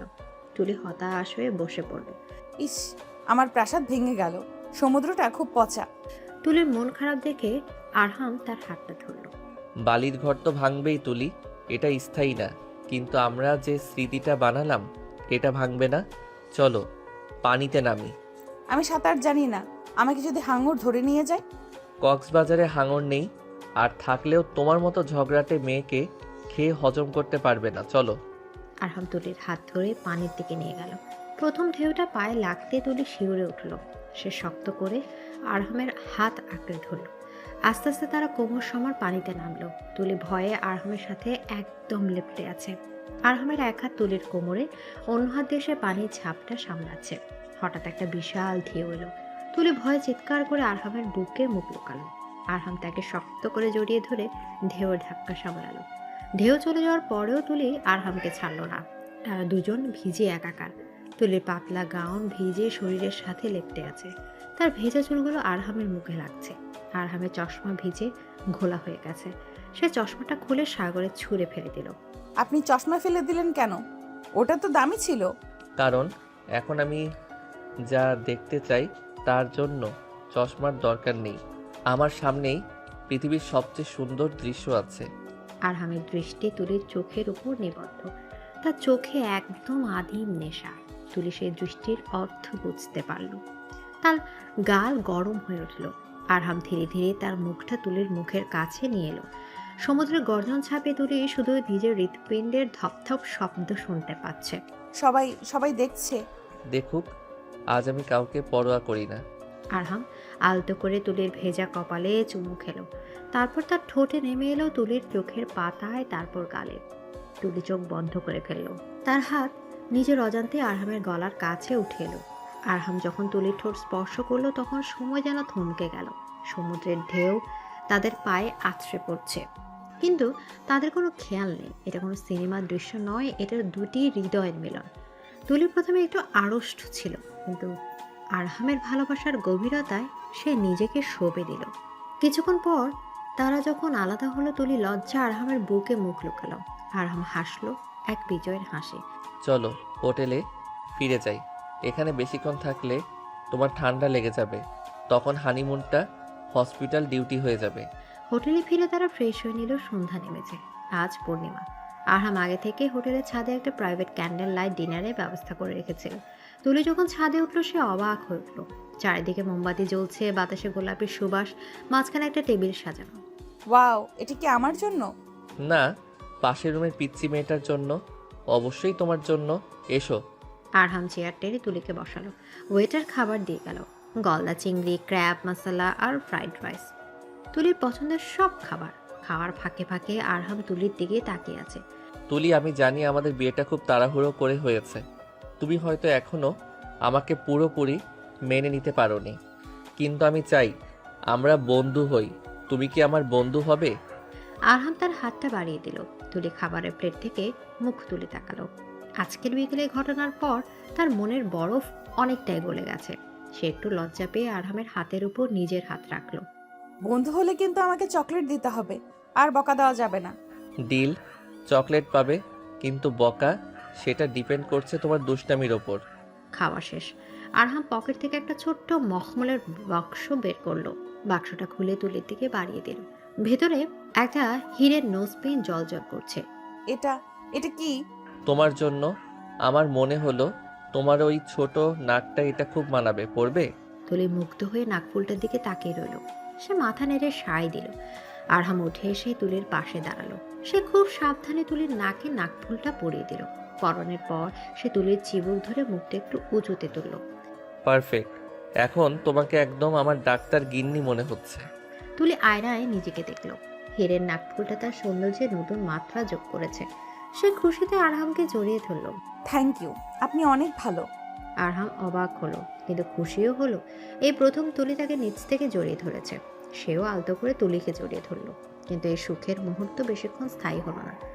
তুলি ফোনটা টেবিলের উপর ভাইব্রেট করছে। স্ক্রিনে ভেসে উঠছে একটা অচেনা নম্বর। তুলি আরহামকে ছেড়ে ফোনটা হাতে নিল। কে ফোন দিল এত রাতে? হ্যালো? ওপাশ থেকে একটা পরিচিত কিন্তু বিরক্তিকর গলা ভেসে এলো। কি রে তুলি, হানিমুন কেমন কাটছে? খুব ফুর্তিতে আছিস মনে হচ্ছে। তুলির মেজাজটাই খারাপ হয়ে গেল। এই মেয়েটা এখানেও শান্তি দেবে না। আপনি আমার নাম্বার পেলেন কোথায়? আর আপনি কেন ফোন দিয়েছেন? নাম্বার জোগাড় করা আমার জন্য ব্যাপার না, ফোন দিলাম একটা সুখবর দেওয়ার জন্য। আমি এখন কক্সবাজারেই আছি, তোদের হোটেলেই, রুম নাম্বার 304। তুলের হাত থেকে ফোনটা প্রায় পড়ে যাচ্ছিল। শায়লা এখানে? আরহাম তো বারণ করেছিল। মানে আপনি এখানে কেন? আরহাম জানে? আরহাম জানে না, সারপ্রাইজ দেবো বলে। তাছাড়া তনয়ও আমার সাথে এসেছে, ও তোকে খুব মিস করছিল। আমরা নিচে লবিতে অপেক্ষা করছি, নিচে আয়, আড্ডা দেওয়া যাবে। তনয় নামটা শুনে তুলির বুক কেঁপে উঠল। তনয় যদি এখানে এসে কোনো ঝামেলা করে আরহাম খুব রেগে যাবে। আরহাম তনয়কে সহ্য করতে পারে না। তুলি ভয়ে আরহামের দিকে তাকালো। আরহাম তখন ওয়েটারকে বিল মিটিয়ে দিচ্ছে। সে কিছু শুনতে পায়নি। আপনারা প্লিজ চলে যান, আরহাম দেখলে খুব রেগে যাবে। প্লিজ কোনো ঝামেলা করবেন না। আরে চিল কর, আমরা তো জাস্ট ফ্রেন্ড হিসেবে এসেছি। তুই যদি নিচে না আসিস তাহলে আমরাই ওপরে আসছি। তনয় তো এখনই রুমের দিকে দৌড়াতে চাইছে। ফোনটা কেটে গেল। তুলির হাত পা ঠান্ডা হয়ে আসছে। সে যে কি করবে বুঝতে পারছে না। আরহাম তার দিকে এগিয়ে এলো। কি হয়েছে তুলি? কার ফোন ছিল? তোমার মুখটা হঠাৎ ফ্যাকাশে হয়ে গেল কেন? না, মানে রং নাম্বার ছিল। আমার ঘুম পাচ্ছে, চলুন রুমে যাই। তুলি তোতলামি করছে। আরহাম ডাক্তার। সে মানুষের চোখ দেখে বুঝতে পারে কিছু একটা লুকাচ্ছে। সে সন্দেহজনক দৃষ্টিতে তুলির দিকে তাকালো।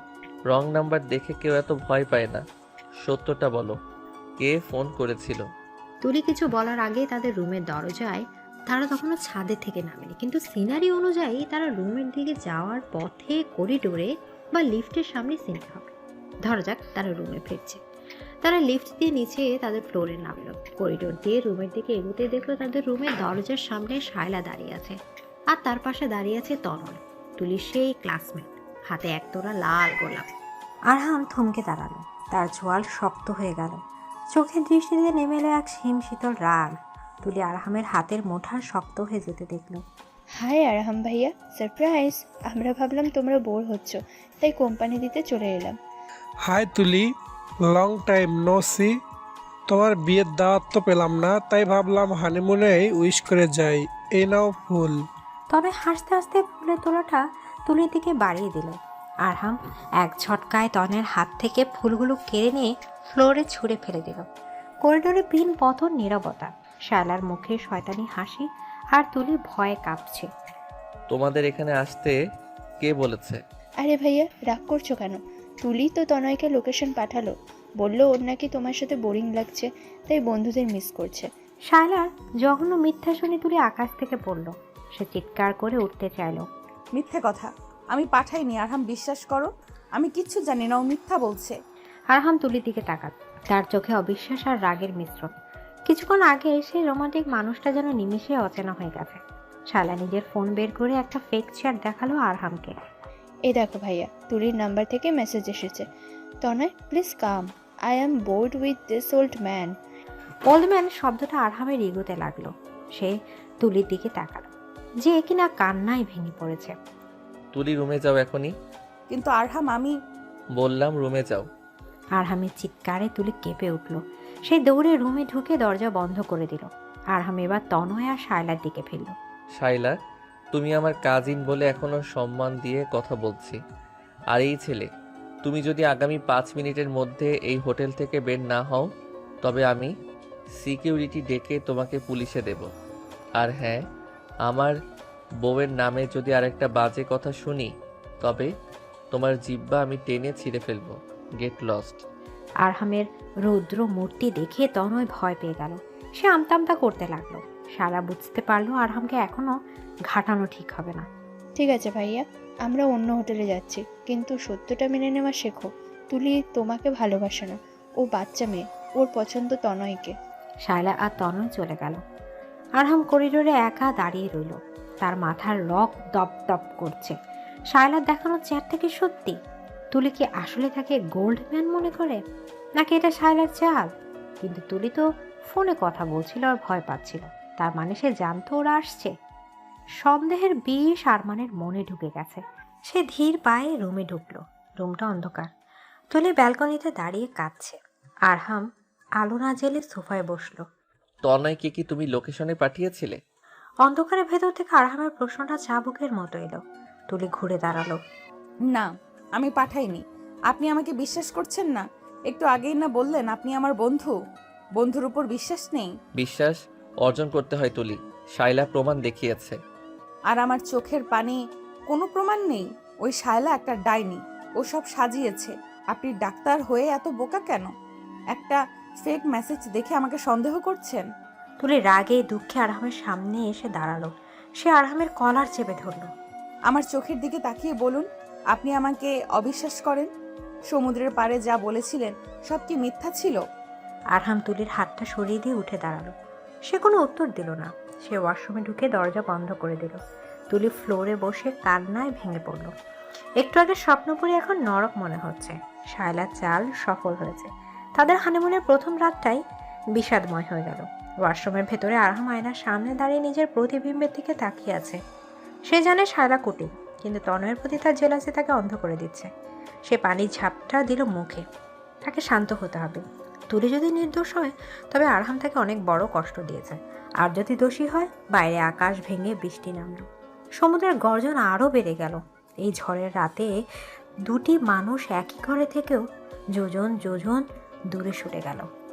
বাইরে আকাশ ফুঁসছে। বাতাসের দাপটে হোটেলের জানালার কাঁচগুলো থরথর করে কাঁপছে। সমুদ্রের গর্জন এখন যেন কান্নার মতো শোনাচ্ছে।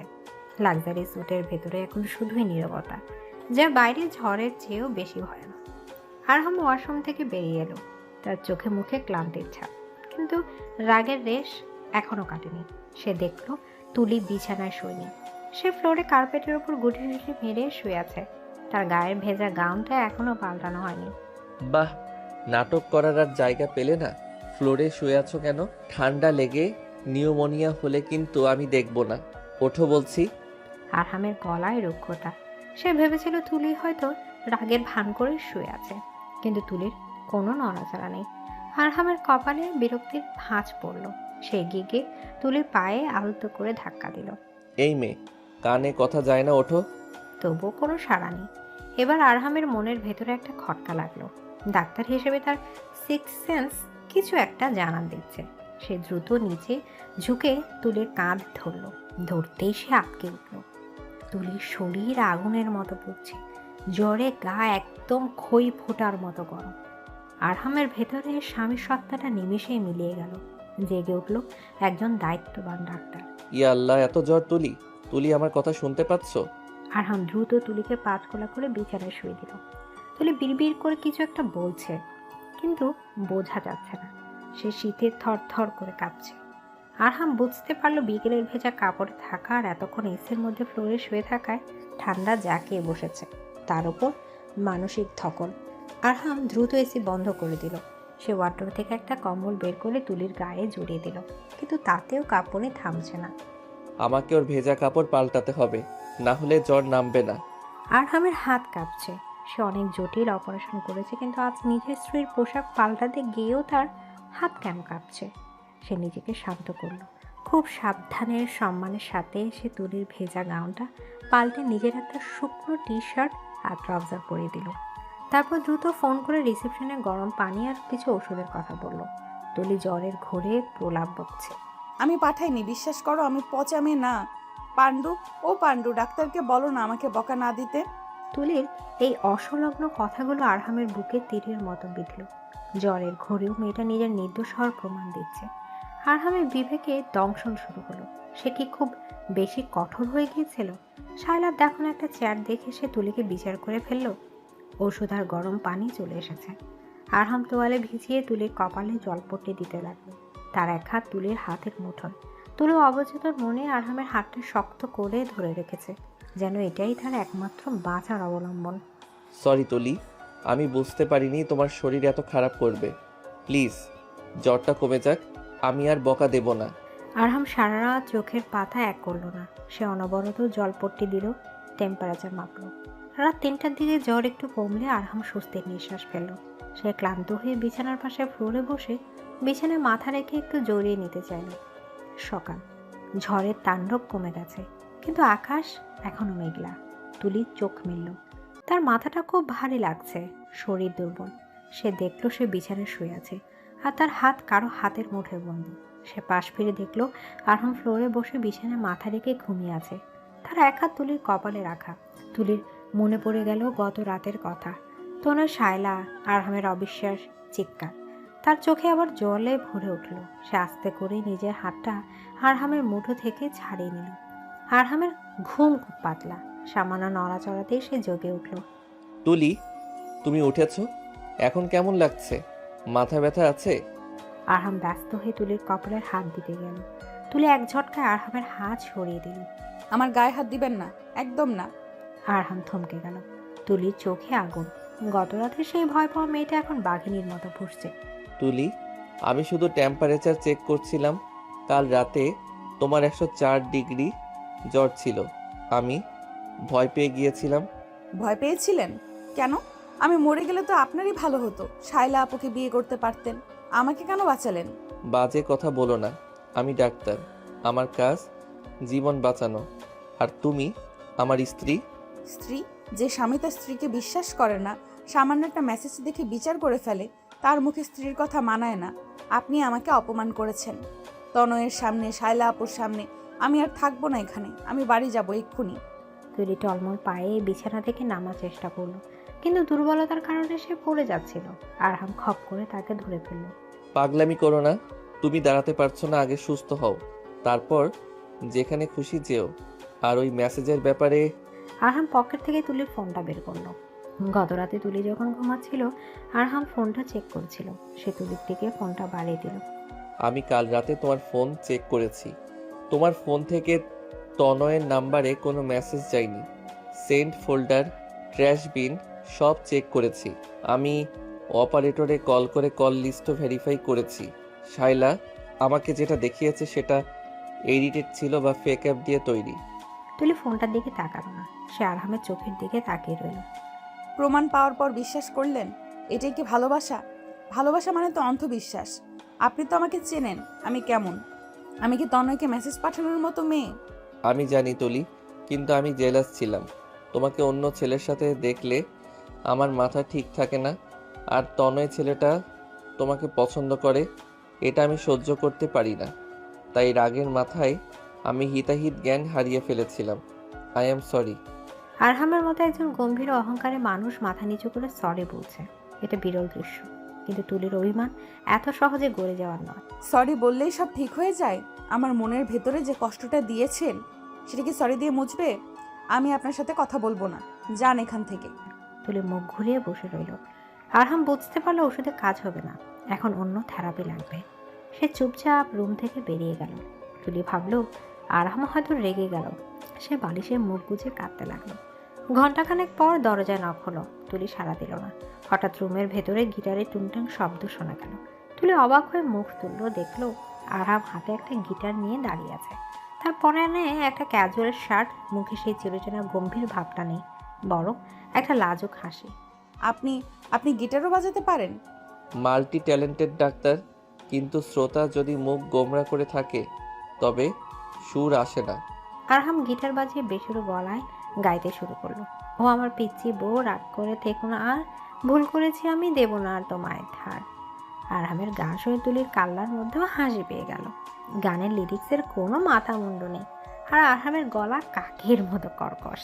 থামুন থামুন, আমার জ্বর আবার বেড়ে যাবে আপনার গান শুনে। এত বাজে গান কেউ গায়? হাড় দেবেন না মানে কি? মানে তোমাকে আর কষ্ট দেব না, হাড় মাংস আলাদা করব না, ছন্দ মেলানোর জন্য বলেছি। হাসি এসেছে? আরহাম গিটার রেখে বিছানার পাশে বসলো। সে পকেট থেকে একটা বিশাল ডেইরি মিল্ক সিল্ক বের করলো। শান্তির প্রস্তাব গ্রহণ করা হবে কি? চকলেট নিচ্ছি মানে এই না যে ক্ষমা করেছি, আপনাকে শাস্তি পেতে হবে। কবুল। কি শাস্তি? কান ধরে উঠবস করতে হবে নাকি ইনজেকশন নিতে হবে? হুম, আপনাকে আপনাকে আমাকে কোলে করে সমুদ্রের পাড়ে নিয়ে যেতে হবে। আমি হাঁটতে পারছি না, কিন্তু সমুদ্র দেখতে চাই। আরহাম হাসলো। সে উঠে দাঁড়িয়ে মিলিটারি কায়দায় সেলিট দিল। হুকুম মহারানী। আরহাম তুলিকে পাজাগুলা করে কোলে তুলে নিল। তুলি আরহামের গলায় জড়িয়ে ধরল। তার শরীরের জ্বর এখনো পুরোপুরি যায়নি, কিন্তু মনের জ্বর কমে গেছে। আরহাম তাকে নিয়ে ব্যালকনিতে এলো। সেখানে দুটো আরামদায়ক চেয়ার পাতা আছে। আরহাম তুলিকে চেয়ারে না বসে নিজের কোলে বসিয়ে রাখলো। আমাকে চেয়ারে বসান, কেউ দেখে ফেলবে। দেখুক আমার বউ, আমি যেখানে খুশি বসাবো। শোনো তুলি, শাইলার ব্যাপারে আমি ব্যবস্থা নিয়েছি। কি ব্যবস্থা? আমি সকালে শাইলার বাবাকে, মানে আমার ছোট চাচাকে ফোন করেছিলাম। পুরো ঘটনা জানিয়েছি। চাচা খুব রেগে গেছেন। শাইলা আর তনয়কে আজ বিকেলের ফ্লাইটেই ঢাকা পাঠিয়ে দেওয়া হচ্ছে। আর আমি শাইলাকে বলে দিয়েছি আমাদের চোখের সামনে যেন আর কোনো দিন না আসে। তুলি স্বস্তির নিঃশ্বাস ফেলল। আপদ বিদায় হয়েছে। সে আরহামের বুকে মাথা রাখলো। আপনি খুব পচা, আমাকে কাল কত বকলেন। জানি, আর তুমি খুব ভালো, এত পচা বরের সেবা যত্ন নিচ্ছ। আচ্ছা তুলি, কাল যে তনয়কে ফুল দিতে দেখলে তখন তোমার কেমন লেগেছিল? আমার মনে হয়েছিল ওর মাথায় ফুলদানিটা ভেঙে ফেলি। আপনি ছাড়া অন্য কেউ আমাকে ফুল দেবে কেন? ফুল তো শুধু বরের অধিকার। তুলি সে সহজ স্বীকারোক্তিতে আরহাম মুগ্ধ হয়ে গেল। সে তুলির চিবুক ধরে মুখটা নিজের দিকে ফেরালো। তাহলে এই বরের দেওয়া ফুলটা গ্রহণ করো। আরহাম তার শার্টের পকেট থেকে একটা লাল গোলাপ বের করলো। সে কখন এটা লুকিয়ে রেখেছিল তুলি টেরই পায়নি। এটা এটা প্লাস্টিকের না তো? না, অরিজিনাল। ঘ্রাণ নিয়ে দেখো। তুলি ফুলের ঘ্রাণ নিল। আরহাম মুগ্ধ দৃষ্টিতে তাকিয়ে আছে। ঝড়ের পরে প্রকৃতি কেমন শান্ত আর সুন্দর হয়, তাদের সম্পর্কটাও এখন তেমন স্নিগ্ধ। তুলি, আমি তোমাকে ভালোবাসি। কাল রাতে তোমাকে হারানোর ভয়টা আমাকে পাগল করে দিয়েছিল। আমি চাই না আমাদের মাঝে আর কোনো তৃতীয় ব্যক্তি আসুক। তুলি লজ্জায় লাল হয়ে গেল। সে গোলাপ দিয়ে নিজের মুখ ঢাকল। আমিও আপনাকে। আমাকে কি ঘৃণা করো? থুর, ভালোবাসি গাধা ডাক্তার। আরহাম হাসতে হাসতে তুলিকে বুকে জড়িয়ে ধরল। কক্সবাজারের সমুদ্র সাক্ষী হয়ে রইল তাদের খুনসুটি আর ভালোবাসার। পরের 2 দিন তারা ছুটি এনজয় করলো। তুলির শরীরে পুরোপুরি সুস্থ হওয়ার পর আরহাম তাকে নিয়ে প্যারাগ্লাইডিং করলো। যদিও তুলি পুরোটার সময় চোখ বন্ধ করে মা গো বাবা গো বলে চিল্লাচ্ছিল। তারা রাতে বিচে ক্যান্ডেল লাইট ডিনার করলো, শপিং করলো। তুলি ঝিনুক দিয়ে আরহামের নামের অধ্যক্ষর লিখলো বালিতে। আরহাম সেটা ছবি তুলে রাখলো। হানিমুন শেষে ঢাকায় ফেরার পালা। বিমানবন্দরে বসে আছে তারা। তুলির মনটা একটু খারাপ। এ কদিনের মুক্ত জীবন ছেড়ে আবার সেই খাঁচায় ফিরতে হবে। আমরা কি এখানেই থেকে যেতে পারি না? তাহলে তোমার কলেজের কি হবে? আর আমার রোগীরা? থুর, রোগীরা অন্য ডাক্তারের কাছে যাক। তা হয় না পিচ্ছি, দায়িত্ব সবার আগে। তবে কথা দিচ্ছি প্রতি বছর আমরা ঘুরতে আসব। বিমানে ওঠার পর তুলি জানলার সিট নিল। আরহাম তার পাশে বসলো। বিমান যখন টেক অফ করলো, তুলি আরহামের হাতটা শক্ত করে ধরলো। ঢাকায় ফিরে আসার পর তাদের জীবন আবার স্বাভাবিক ছন্দে চলতে শুরু করলো, কিন্তু একটা পরিবর্তন এসেছে। আরহাম এখন আগের চেয়ে অনেক বেশি সময় দেয় তুলিকে, আর তুলিও এখন আরহামের ছোটখাটো যত্ন নিতে শিখেছে। সকালে টাই এগিয়ে দেয়া, মানিব্যাগ গুছিয়ে রাখা, এসব সে নিজ দায়িত্বেই করে। একদিন সন্ধ্যায় তুলি পড়ছে, আরহাম ল্যাপটপ কাজ করছে। হঠাৎ আরহামের ফোন বেজে উঠল। Unknown number. আরহাম রিসিভ করে লাউড স্পিকারে দিল। Hello doctor Arham. Hello doctor Arham, আমি সিটি হসপিটাল থেকে বলছি। আপনার এক patient Mrs Rabia Begum heart attack করেছেন, কন্ডিশন ক্রিটিক্যাল। রাবেয়া বেগম নামটা শুনে তুলির হাত থেকে কলম পড়ে গেল। এটা তার মায়ের নাম। মা, আমার মা। তুলি চিৎকার করে কেঁদে উঠল। আরহাম দ্রুত ফোনটা কানে নিল। আমি এখনই আসছি, ওনাকে আইসিইউতে শিফট করুন, কুইক। আরহাম ফোন রেখে তুলির কাঁধ ধরল। তুলি শক্ত হও, কান্না করলে চলবে না, আমাকে এখনই যেতে হবে, তুমিও চলো। তুলি কাঁপছে, তার মায়ের কিছু হলে সে বাঁচবে না। আরহাম তাকে ধরে গাড়িতে তুলল। ড্রাইভিং সিটে বসে আরহাম অ্যাক্সিলেটরে চাপ দিল। গাড়ি ঝড়ের গতিতে ছুটল হাসপাতালের দিকে। হাসপাতালে পৌঁছে দেখা গেল মিজান সাহেব আর সাদমান ভাই বাইরে করিডোরে বসে কাঁদছে। আরহামকে দেখে তারা ছুটে এলো। বাবা আরহাম, আমার স্ত্রীকে বাঁচাও, ডাক্তাররা বলেছে অবস্থা ভালো না।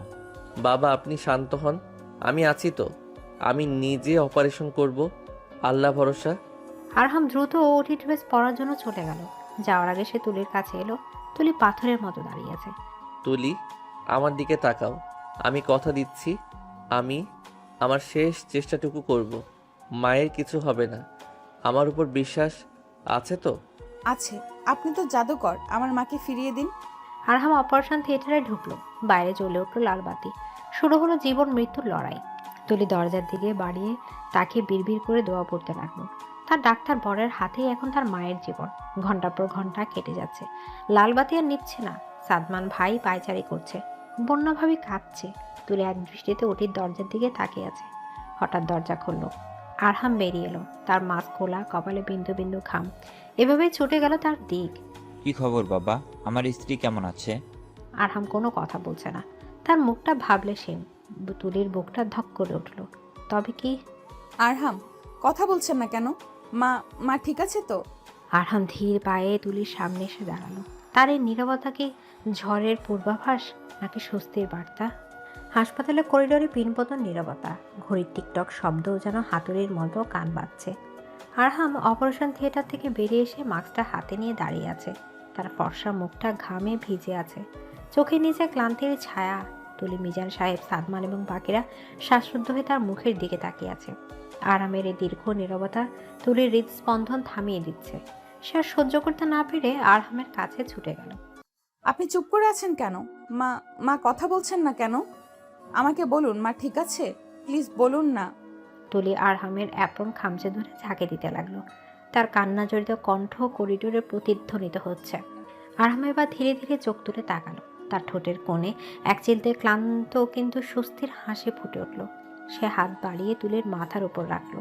শান্ত হও পিচ্ছি, মা একদম ঠিক আছেন, অপারেশন সাকসেসফুল, আর কোনো ভয় নেই। অপারেশন সাকসেসফুল, এই দুটো শব্দ শোনার পর মিজান সাহেব ফ্লোরে বসে পড়লেন। তিনি দুই হাত তুলে সৃষ্টিকর্তার শুকরিয়া আদায় করলেন। সাদমান আর বন্যা একে অপরকে জড়িয়ে ধরে কাঁদল। আর তুলি, সে বিশ্বাসই করতে পারছে না। সে এক মুহূর্তের জন্য আরহামের দিকে তাকিয়ে রইল।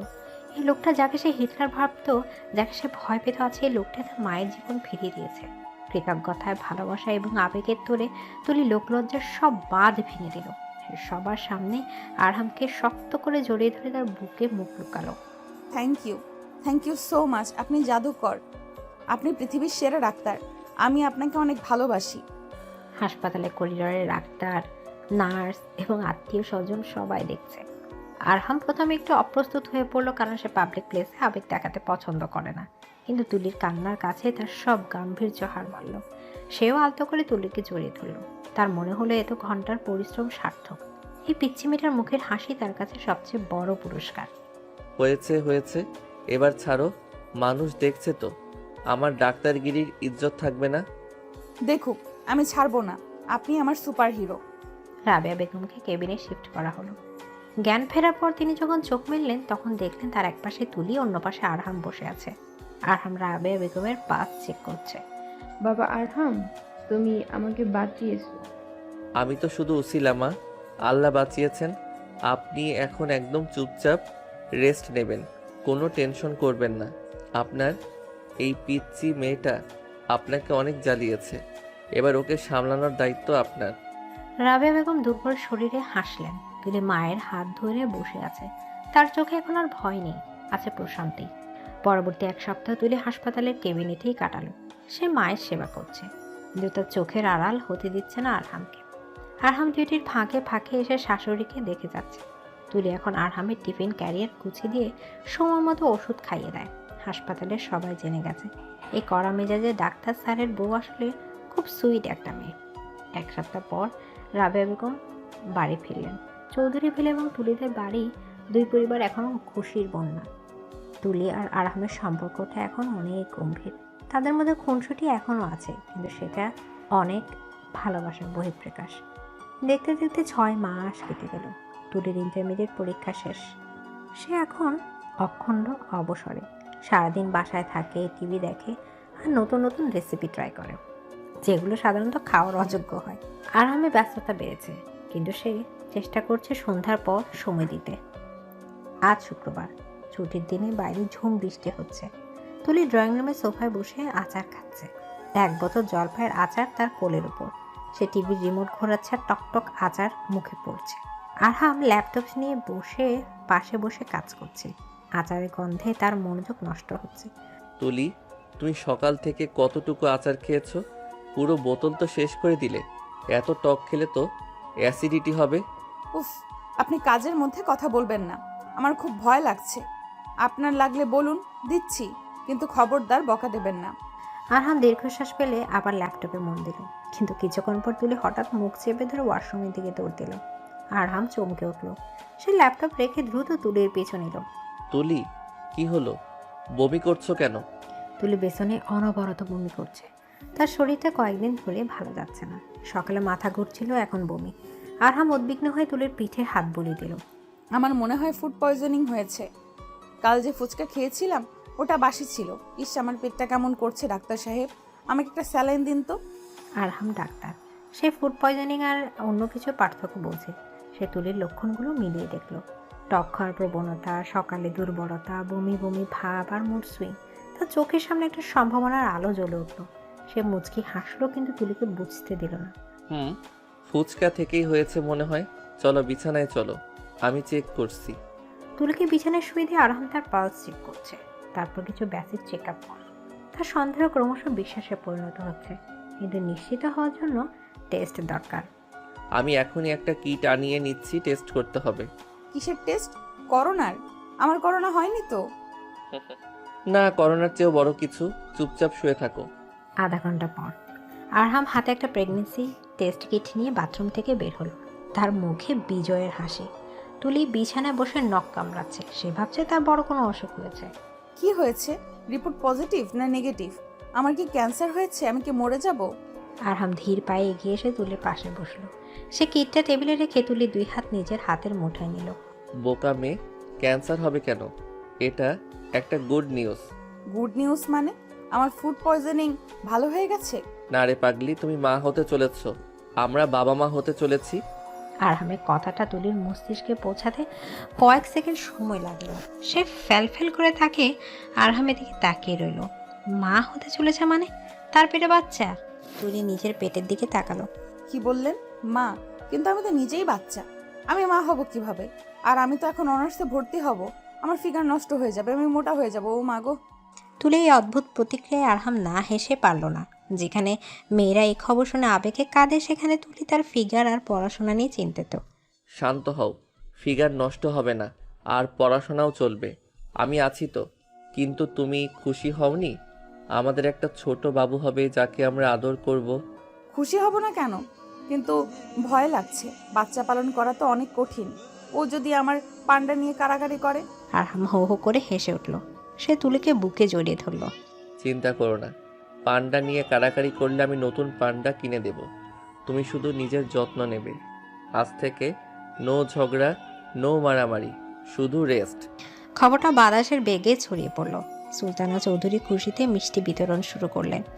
আসাদ চৌধুরী আনন্দে ছেলের পিঠ চাপড়ে দিলেন। তুলির বাবা মাও ছুটে এলেন। পুরো বাড়িতে উৎসবের আমেজ। রিদি তো খুশিতে লাফাচ্ছে। সে এখনই পুপি হওয়ার প্ল্যানিং শুরু করে দিয়েছে। ভাবি, আমার কিন্তু মেয়ে চাই। আমি তাকে পুতুলের মতো সাজাবো।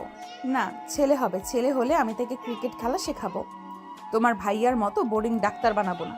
ও হ্যালো, ডাক্তাররা বোরিং হয় না। আর আমার ছেলে বা মেয়ে যেই হোক, সে কার্ডিওলজিস্ট হবে, এটা ফাইনাল। এভাবেই ঝগড়া আর ভালোবাসার মধ্য দিয়ে সময় কাটতে লাগলো। তুলির প্রেগনেন্সির সময়টা আরহামের জন্য ছিল একটা বড় পরীক্ষা। তুলির মুড সুইং সামলানো কোনো সাধারণ মানুষের কাজ নয়। রাত 3টায় আইসক্রিম খাওয়ার বায়না, হঠাৎ করে কান্নাকাটি, আবার পরক্ষণে খিলখিল করে হাসি। আরহাম সব কিছু ধৈর্য ধরে সামলেছে। সে হাসপাতাল থেকে তাড়াতাড়ি ফিরে আসতো, তুলিকে নিজ হাতে খাইয়ে দিত, রাতে গল্প শোনাতো। 9 মাস পর চৌধুরী বেলার সবাই হসপিটালে। অপারেশনের থিয়েটারে বাইরে আরহাম পায়চারি করছে। আছে ডাক্তার হিসেবে নয়, একজন স্বামী এবং হবু বাবা হিসেবে টেনশনে আছে। ডাক্তার নিহাল তাকে অভয় দিয়েছে। আরে দোস্ত, টেনশন করিস না, ভাবি ঠিক আছে। তুই তো নিজেই কত ডেলিভারি কেস হ্যান্ডেল করেছিস। নিজের বউয়ের বেলা ডাক্তার থাকা যায় না রে, বুক কাঁপছে। এমন সময় নার্স বেরিয়ে এসে সুখবর দিল। কংগ্রেচুলেশন স্যার, আপনার মেয়ে হয়েছে। মা ও মেয়ে দুজনেই সুস্থ। মেয়ে হয়েছে শুনে আরহামের চোখ ভিজে উঠল। সে দৌড়ে কেবিনে গেল। তুলি বেডে শুয়ে আছে, ক্লান্ত কিন্তু মুখে হাসি। আর তার পাশে ছোট দোলনায় শুয়ে আছে এক টুকরো চাঁদের কণা। গোলাপি তোয়ালেতে ঘোরানো বাচ্চাটা হাত পা নাড়ছে। আরহাম ধীর পায়ে এগিয়ে গেল। সে কাঁপা কাঁপা হাতে মেয়েকে কোলে তুলে নিল। বাচ্চাটা দেখতে একদম তুলির মতো। সে ছোট নাক, ফর্সা গাল আর মাথায় একরাশ কালো চুল। আরহাম মেয়েকে বুকে জড়িয়ে ধরে কপালে চুমু খেল। ওয়েলকাম আমার ছোট মা। দেখেছেন, আমি বলেছিলাম না ছেলে হবে, উল্টো হলো। ও তো একদম আপনার মতো রাগী হয়েছে। দেখুন ব্রু কুচকে আছে। একদম না, ও আমার মতো শান্ত হবে, তোমার মতো ঝগড়াটে হবে না। নাম কি রাখবে ভেবেছো? আমি ভেবে রেখেছি, ওর নাম হবে টুনটুনি, কারণ ও সারাদিন টুনটুন করে ঘুরবে। টুনটুনি তো ডাক নাম, ভালো নাম হবে আরুষি, আরুষি চৌধুরী। সুন্দর, কিন্তু আমি টুনটুনিই ডাকবো। আরহাম এক হাতে মেয়েকে আর অন্য হাতে তুলির হাত ধরল। তার মনে হলো তার পৃথিবী এখন পরিপূর্ণ। 5 বছর পর চৌধুরী বিলার বাগান বাড়িতে আজ জন্মদিন পালন করা হচ্ছে। আরশের 5 বছর পূর্ণ হলো। পুরো বাড়ি বেলুন আর ফুল দিয়ে সাজানো। আরশে একটা গোলাপি রঙের ফ্রক পরে প্রজাপতির মতো ঘুরে বেড়াচ্ছে। সে দেখতে অবিকল তুলির কার্বন কপি। সেই চঞ্চলতা আর সেই কথা বলার ধরন। বাবা বাবা দেখো, মা আমাকে বকা দিয়েছে। আরশি দৌড়ে এসে আরহামের কোলে উঠল। আরহাম এখন আগের চেয়ে একটু মোটিয়ে গেছে, কিন্তু তার গাম্ভীর্য কমে গিয়ে এখন সে পুরো দস্তর ফ্যামিলি ম্যান। সে মেয়েকে কোলে নিয়ে চুমু খেলো। কেমন, কে বকা দিয়েছে আমার মাকে? আজ মায়ের খবর আছে। খবর তো আপনার কাছে ডাক্তার সাহেব। আপনি মেয়েকে প্রশ্রয় দিয়ে মাথায় তুলেছেন। ও আজ স্কুলের টিফিনে সব চকলেট খেয়ে ফেলেছে, ভাত খায়নি। তুলি এই এখন 23 বছরের তরুণী, শাড়ি পরেছে, খোপায় ফুল। তাকে এখন আর সে পিচ্ছি মনে হয় না, বরং এক অপরূপা নারী। কিন্তু আরহামের কাছে সে এখনো সেই পিচ্ছিই আছে। মা পচা, মা আমাকে চকলেট খেতে দেয় না। বাবা, তুমি মাকে একটা ইনজেকশন দিয়ে দাও তো। মেয়ের কথা শুনে আরহাম আর তুলি দুজনেই হেসে ফেলল। আরহাম মেয়েকে নামিয়ে দিয়ে তুলির কাছে এগিয়ে এলো। সে তুলির কোমরে হাত দিয়ে তাকে কাছে টেনে নিল। ইনজেকশন দেওয়া লাগবে না মা, তোমার মাকে শান্ত করার জন্য ওষুধ আমার জানা আছে। কি করছেন? সবাই দেখছে তো, ছাড়ুন। দেখুক, 5 বছর আগেও সবাই দেখেছিল, এখনও দেখুক। আমি আমার পিচ্চি বউকে ভালোবাসি, এটা কি কোনো অপরাধ? আমি এখন আর পিচ্ছি না, আমি এক বাচ্চার মা। তুমি 80 বছর বয়সেও আমার কাছে পিচ্চিই থাকবে, সেই জেদি ঝগড়াটে কিন্তু অসম্ভব মায়াবী পিচ্চি। আরহাম পকেট থেকে একটা ক্যাডবেরি সিল্ক বের করে তুলির হাতে দিল। Happy birthday to our daughter, আর থ্যাংক ইউ আমাকে এত সুন্দর একটা লাইফ গিফট করার জন্য। থ্যাংক ইউ তো আপনার প্রাপ্য। আমার মতো পাগলকে সহ্য করার জন্য আপনাকে নোবেল দেওয়া উচিত।